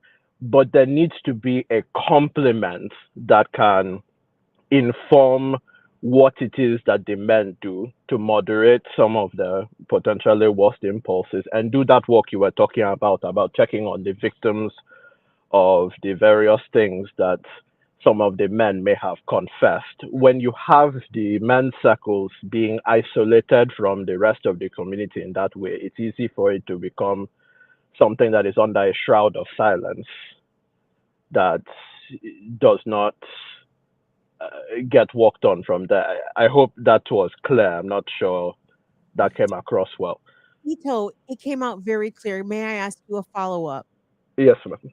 So I don't disagree with the concept of men-only spaces where they can be themselves amongst themselves and share their feelings and whatever it is that they do. That's fine. I don't have an issue with that. But when there are admissions of harm being done, is the community better served by keeping these men's confidence or to try to follow up on what was admitted to see if other people are still in danger? Maybe I'm not even framing that right, but can you try to answer that? I think I understood your question. In fact, I had the same tension when I was listening to you talk about it, wondering between the two. I think for me, it is following up in the community is more important to me than keeping the confidence. But it is also important that the way that such circles are constructed is understood as work to transform the community. That the transformation of the men is part and parcel of the transformation of the community. And that means healing and repairing any untold harm that has been done by members of the community in order to make it whole once again. we have responsibilities to our communities that have to be taken care of. So yes, there does need to be some level of confidence, but it should be understood by all the people who join that their first priority is the transformation of our communities. And if we hear that harm is being done in some way, this circle is going to intervene in that harm. This circle is going to take on the work of healing both the individual man and the wider community, because we are the relations that we have.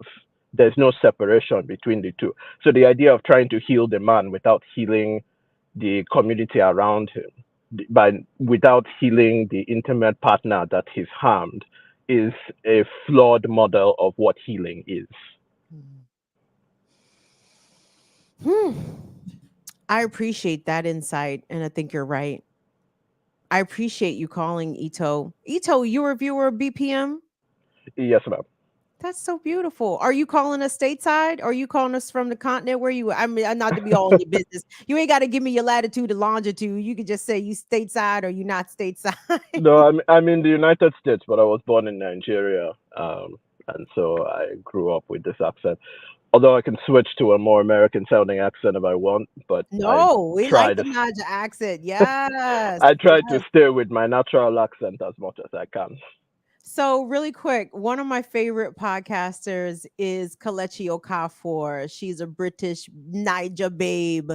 And she loves being Nigerian. She's very proud to be Nigerian, but she has a lot of smoke for the Nigerian mandem. So I just encourage you, maybe go check out some of her content and just think about, or just I'd just be curious your thoughts about what you may think about her. But I love Kelechi. But that's it. Okay, I will check into it. Thank you.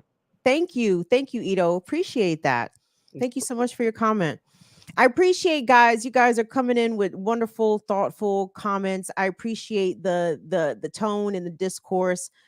I also appreciate you guys understanding that this is not in any way adversarial or combative with the brothers from EYL. Like, my intention here is all in good faith and good spirit, on the up and up. Nothing here is personal, but y'all made me cry. That's it. And now you must answer for it. Now you will answer. Will we got anybody else?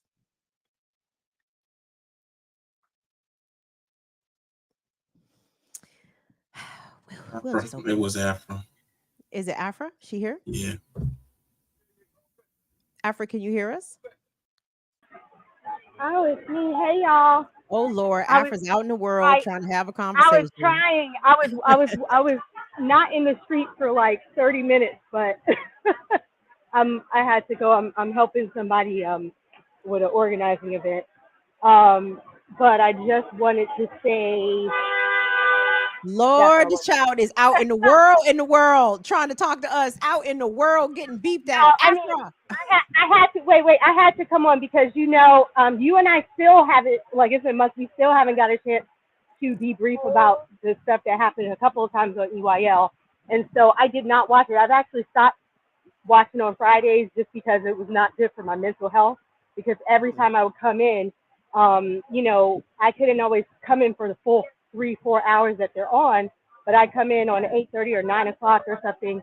And at some point there was some discussion about something that was a women's issue at some point, and there was no women, and the tone of things, I was just like, So one of the times I came on, I said something about it, and there was an issue that happened that, basically like they didn't like something I said, and it just went left, and I got cut out of the out of the chat, and it was like, just the jokes and whatever, and the man thing. So the fact what you were talking about today, that you felt disappointed or whatever, because if we're not talking about things that are centered around women, often that can easily be not checked, you know what I'm saying? Like not checked, like you don't see that because you're agreeing on most of the points that you're talking about. But when you get into things that are specific about, men and women, that's where we often have these issues. And what I find that probably could be related similarly is that when it's about me and mine, there's always an understanding. You know, if it's my spouse, my child, my sibling, you know, my something that's directly related to me. If you're somebody that thinks, you know, if you're a male that thinks in a protective way, it often is to that, but it doesn't always translate to everyone else in the community. So when you were talking about having these feelings of like, okay, they're trying to hold everyone and, you know, like they're trying to embrace that brother that shared these horrific things, they would not have those same responses when those horrific things are somebody in me and mine. But if it's outside of that circle, it's like, oh, okay, we understand. We feel you. And so that's where the part where you're talking about, okay, then, well, what are we doing? Okay, thank you for opening and sharing, but where's the restorative measure? Where's the corrective? Where are the measures you said are about protecting the community? And where's the, you know, so where's even the acknowledgement? So just having the acknowledgement that yes, there's patriarchal issues and we have, you know, say like, you know, recognizing the privilege of male privilege or whatever, like that's a basic thing, like you said, but going beyond that and checking yourself constantly and checking others, that's definitely the issue. And it's not, it's, you know, say like, it's not something that we're devoid of in our radical, progressive, liberal, whatever spaces, like it's not at all.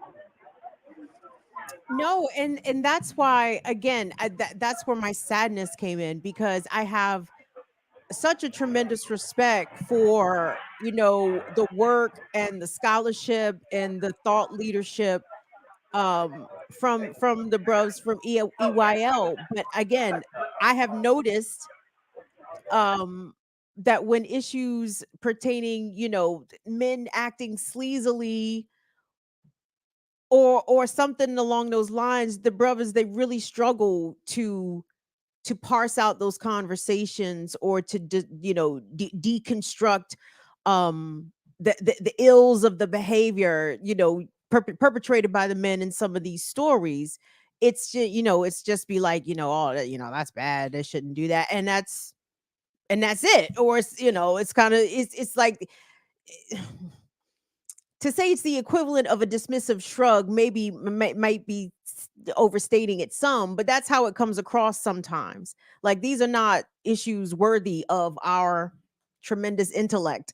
You know what I mean? Like, you know, because and I think that was also part of the takeaway I took from the overall conversation that helped to contribute to my sadness, because the failure to acknowledge and call out some of the you know, the oppressive systems that some Black men engage in versus Black women in the community. The flat takeaway is, well, you know, man's gonna be a man, these dudes are gonna be dudes, you know, what we gonna do, what we supposed to do. And it's like that's the admission that there is nothing that can be done, and that terrifies me, that saddens me, that it angers me when I think about the young woman coming behind me. You know what I'm saying? Man gonna be a man, you know what I'm saying? Like the dude from at commenting at TMZ said, you know, that's life, shit happens. Who among us don't put hands on their old lady? Like, I can't accept that. You know what I'm saying? I cannot accept that. And that was, again, part of the reason of my sadness. I'm sorry, well, can you mute her for a second? Thank you. That was part of of my sadness, everybody, because what I felt as though was my sobering wake up moment from watching that segment today is that I have been looking at this with the naivete of a child, of the, you know, I felt delulu, as the kids say. I'm delusional in thinking that, you know, there can ever be some substantive change even within specifically our community and how we combat and even talking about misogyny and gendered violence. I'm the fool. I'm the silly one. I'm the idiot. Like, silly me. Like, when our best and brightest minds are not able to have any adequate, in my opinion, discussion, like, then where does that leave us? We ain't getting free. I mean, the mandem might get free, but we ain't getting free. You bitches that menstruate, no way. Forget it. It's over. Forget it. Done. It's done. Afro, let me let you get the comment and then we're going to go to the next caller. But go ahead, because it's loud behind you. That's why I asked him to mute you. But go ahead. Well, oh yeah, no, I muted myself. I was trying to respond to what you said earlier, but I was saying it's not just, unfortunately, it's not even just men. You know, it's not just men that have those responses, and that's, you know what I'm saying, like that's something that we have to deal with and we have to change. But and I don't disagree with that. Hold on, I want to say something to that point because I know that women uphold patriarchal views and patriarchal norms, etc.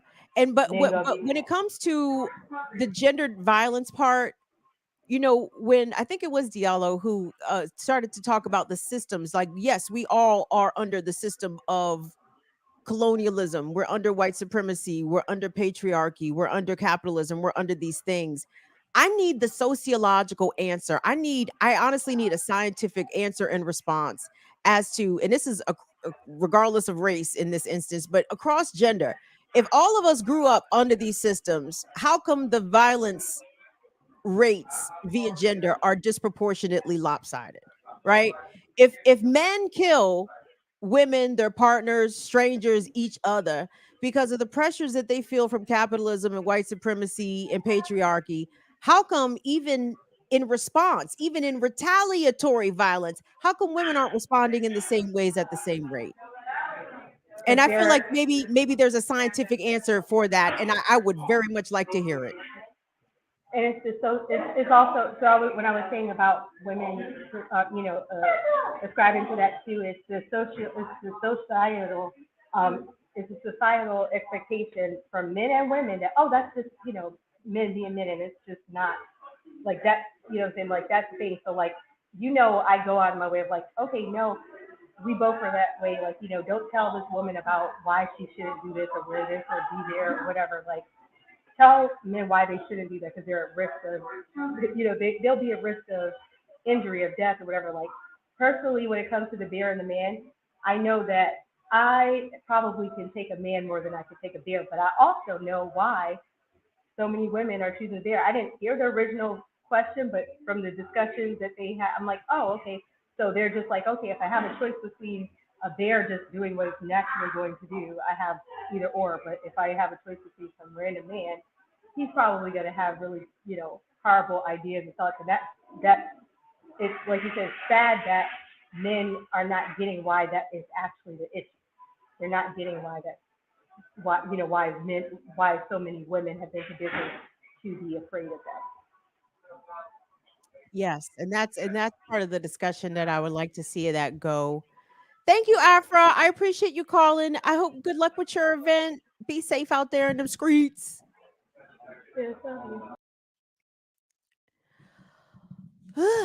Is there a scientific answer for that, everybody? Is there a scientific answer? Is there a sociological answer? Is there like even a fucking layperson's answer? How come the violence isn't being reciprocated? I mean, I guess you could even put this along racial lines too. Like, how come black people don't even think about killing white people at the rates that black people have been killed by white people, especially historically? Like, when we switch that to gender, like, why? How come? Where's the violence in response? Where's the reciprocal violence to the violence that women receive from men? And we all came up oppressed under capitalism, white supremacy, patriarchy, and the like. How come we not killing men?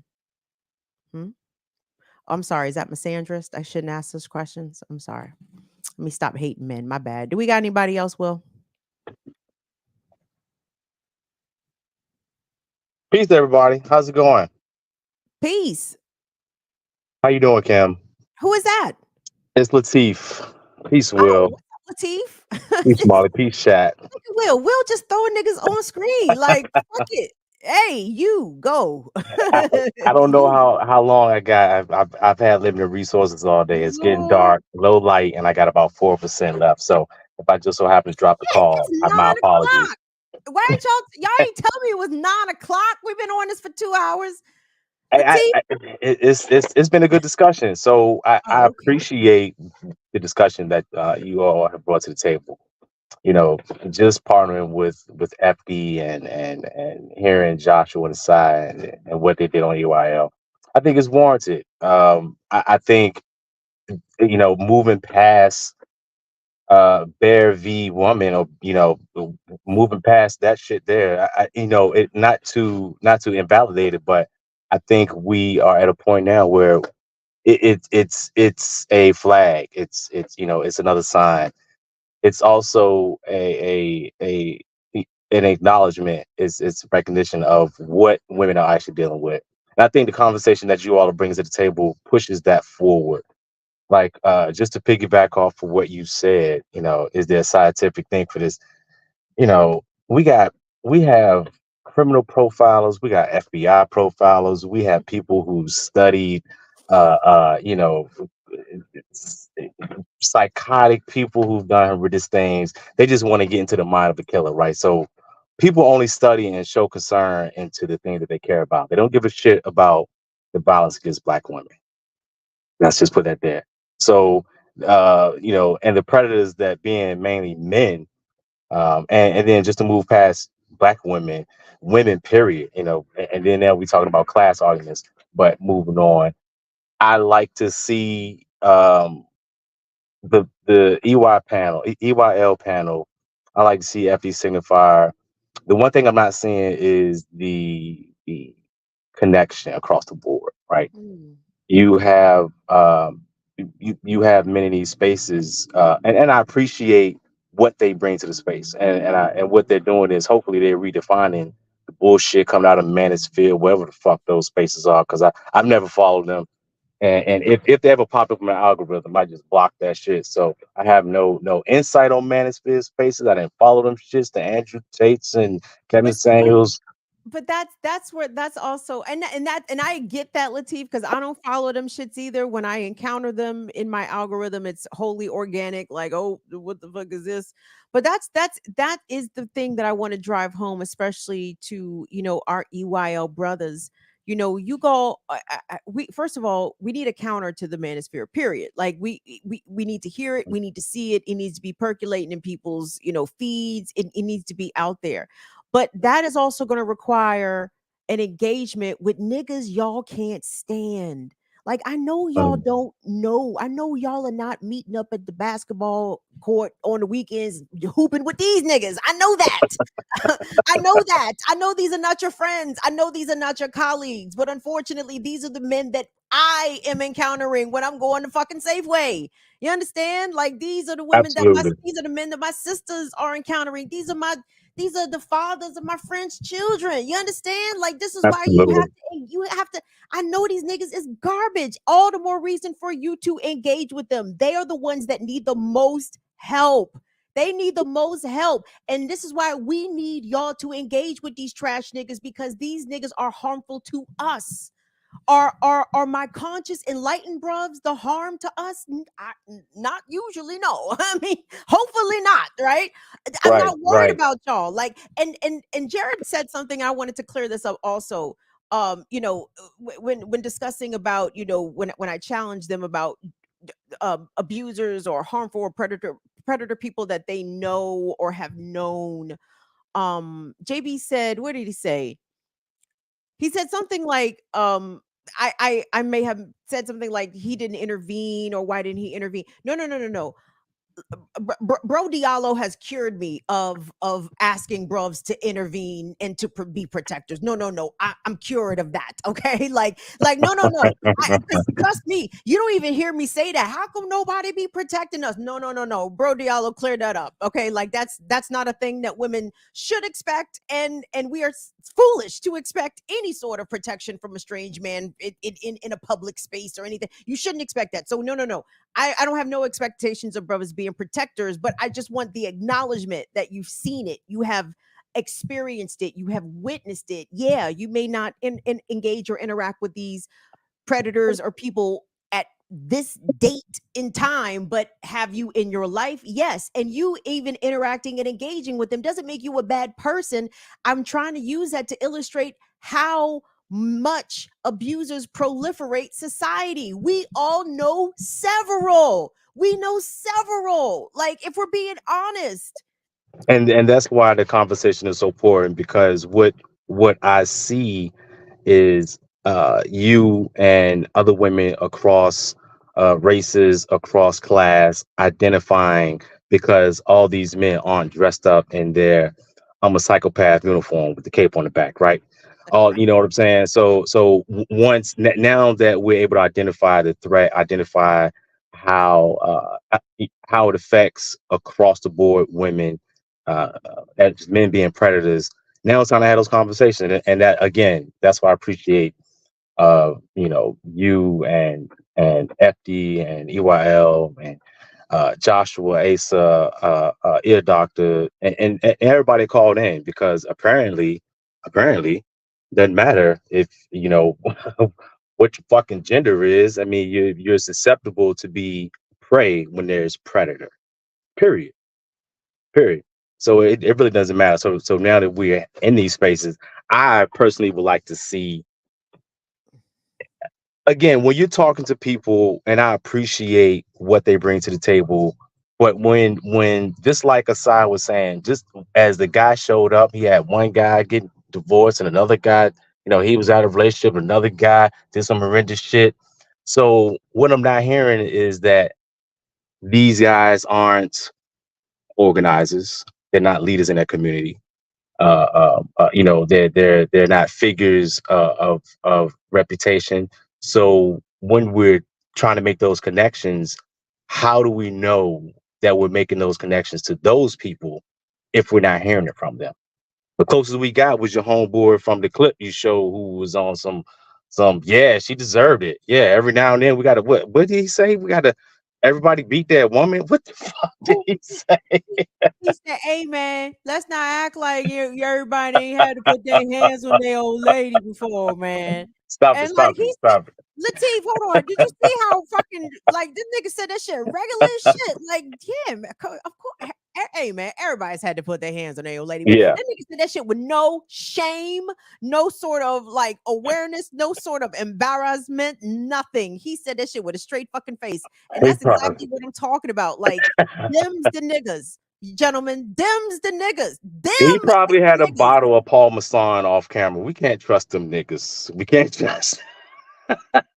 Don't even get me started on He that. probably had a bottle of brandy off camera. So, but again, I'm not gonna hold up too much time. I appreciate you bringing this up. I appreciate the topic being explored, and hopefully we get to see this move forward. And you're not too hard on the guys for just like attempting to jump in action. Attempting to jump in action there. I absolutely think you should have been on that First Cut show. Hopefully, I'm going to encourage you and the women them to hold your own panel critique. Throw some bullets up on the screen and wait for the feedback, because the chat is live. They be on that shit. Got some scholars in the chat. Like, fuck. Got some experiences, scholars, people that makes connections, and I know because I read it. I know. So again, I would like to see the conversation move towards making those connections with people who are actually going through that shit, and tell us about your experience. You know what I'm saying? If you are upstanding nigga now, like what happened? What did you do? When did you stop beating on women? What did you go through? That part.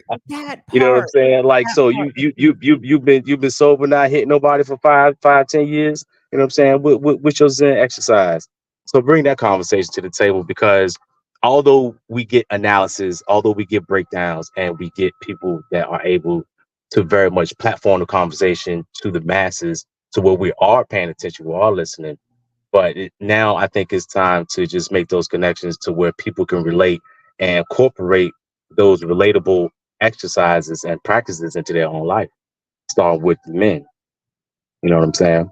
Yes. So that's just my 2 cents. I'm gonna get out of here.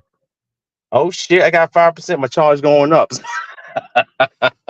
But peace, everybody. You know what I'm saying? Peace, Cam. Peace, Will. Good shit, Molly. I've been watching your posts. I appreciate y'all. Keep burning it down, Kim. Love y'all. Thank you so much, Lateef, for all your support. Lateef is one of our biggest supporters here at the platform. He's one of our mods. He's a patron. So thank you so much for your comments there, Latif. I had something else I was going to say, and I'm a stoner, so I'd be forgetting. Is there anybody else, Will, on deck, or is that all of our koalas for the day? Done. We're done. Dunzo. It's Anybody over. send us any money? It's over. Yeah, some money. Shout out to Pan Bugger. Yeah. Shout out to them. Shout out to everybody. Came through tonight. I mean, wait, hold on. Infinite. Did they give a comment with their No. money, or they just sent just money? money. Oh, well, thank you so The much for best your kind of super chat support. Appreciate that, huh? I said the best kind of comment. Oh, well, yeah. Thank you. Shout out to Infinite Content. My apologies for not giving my proper shout outs in the chat. I think this iPhone's about to unalive itself at some point. I don't know what's going on with the phone. This fucking phone is acting depressed and shit. It don't want to, do its job and shit. So I'm sorry I couldn't get into the chat tonight, but I appreciate everyone that participated in tonight's discussion. Thanks to FD Signifier. Shout out to all my folks that came through on the call in: Latif, Afra, Vesper X, Frawny Francais. And shout out to Earn Your Liberation, man. Shout out to Geechee. Shout out to Jared. Shout out to Diallo. I learned a lot from watching the show.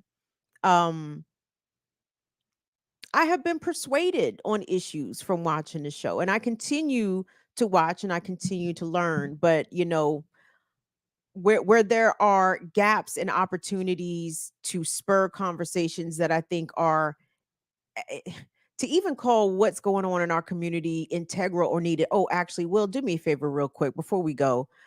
Will, Google murder suicide in Elk Ridge, Maryland, because I kind of want to put a point on this before I let you guys go, because again, I think acknowledging whom we know or whom we have known in our lives who have been harmful or been abusers, I think is valuable. And I think that's applicable regardless of gender, especially if you've known abuseful or harmful or dangerous or even predatory women. I think part of the reason we don't engage that particular topic enough is because enough people aren't willing to engage it, right? A lot of brothers are not willing to admit that they have been on the receiving end of abuse from a woman. And I get that. People who are survivors of abusive mothers from traumatic childhoods, it's not they don't like it when you throw mamas under the bus, right? So I get why sometimes women's abuse can be hidden out here, but the ways in which women's abuse can be hidden and man's abuse can be not, it goes directly to the coroner, right? Go to the morgue and you'll see the ways in which man's violence is not easily conceivable. Did you find an article, Will? Because this happened I got today. the YouTube search up. Okay. You said. So is there a story on that? 4 dead and apparent triple homicide in Howard County.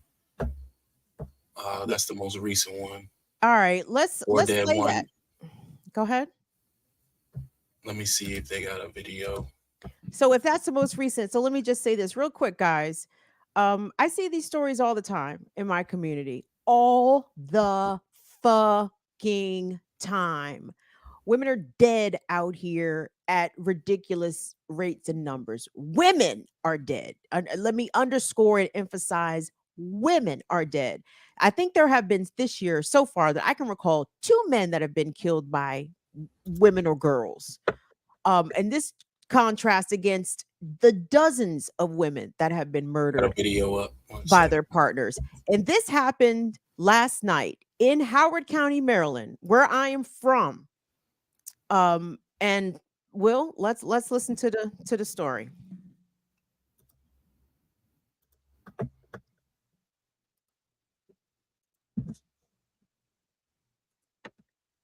Wife his adult daughter.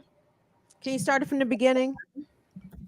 Inside the residence, shot his wife, his adult daughter, his adult son, who is in critical condition, and his adult daughter-in-law, and then himself. An unimaginable tragedy in Elk Ridge. An adult son, the only shooting survivor, his family killed by his own father.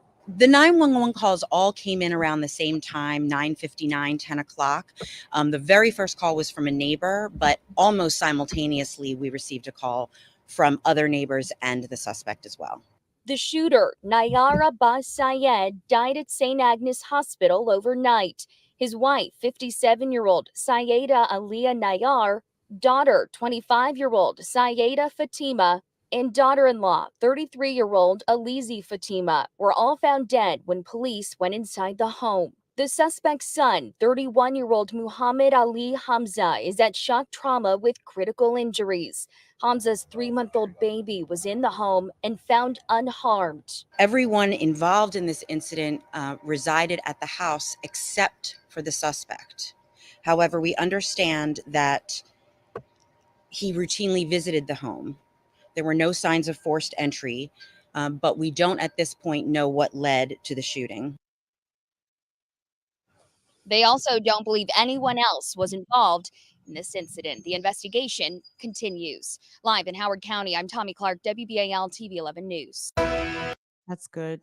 So some might say, well, Kim, you're just sort of cherry picking these incidents. Nope. The reason I'm playing that for y'all, because that happened today.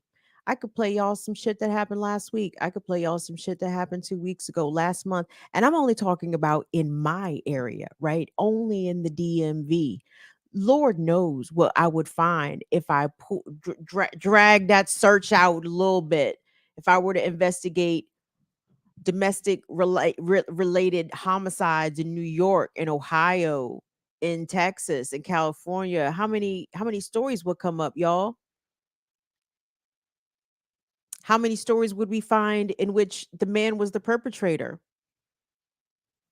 And again, when I say we need to get a hold of manness, please, anybody that would take offense or become defensive behind that, you are really being short-sighted about the extensiveness of the problem. 6 lives. Oh, pardon me. Is it 4? 4 people murdered. 2 people fighting for their lives at the hands of a father who unalived his wife and children and their spouses. What the fuck? So anyway, hopefully we can be ready to have serious conversations. I think that this topic across cultures, really across races, across socioeconomic backgrounds. This is not isolated to poor folks. This is not even isolated to rich folks. It's not isolated to white folks. It's not isolated to black folks. These folks that happened to right there in Elk Ridge, I couldn't tell their ethnicity, but Syed, I'm guessing Southeast Asian. This is everybody. But everybody within their own communities needs to be addressing this shit. And when we fail to address it as black folks, as black men, what I hear as a black woman is that man gonna be man. What you gonna do? What can we do? I'm hoping brothers activate these conversations honestly in the interest of self-preservation. Even if you don't give a fuck. Even if you don't give a fuck about the women's. Care about yourself, because these men out here are fucking crazy as shit and they are goddamn dangerous. Okay? Self-preservation, brothers. Let me put it into terms that men can understand. Self-preservation. Fuck these hoes. Protect yourselves from these fucking crazy ass niggas and do what you got to do and say what you got to say to get a hold of them. And with that, beloveds, I'm going to say goodnight. Thank you all so much for enduring a marathon of an episode. I appreciate all that reached out and came through and left comments. And Will, let me let you hop in here real quick. Anything else you want to take us out with? Did anybody say something awesome or profound, or you just want to say goodnight to your Negro friends? That's fine too. Yeah, have a good night. No, really, again, hopefully the beginning of many. You know, it's not even the beginning because we always have conversations about these particular topics, but good night, a lot of views. Look like the likes came up too. So Thank you guys. Thank you, Twitch. I got y'all next week. Don't worry. BIDWKB at Twitch, at Burn It Down KB on Twitter. Thank you, Twitter. Thank you, Facebook. Thank you, YouTube Fire Fam. Love y'alls. I'll see y'all back here Tuesday, beloveds. See y'all later. Bye-bye. Good night. Appreciate y'all.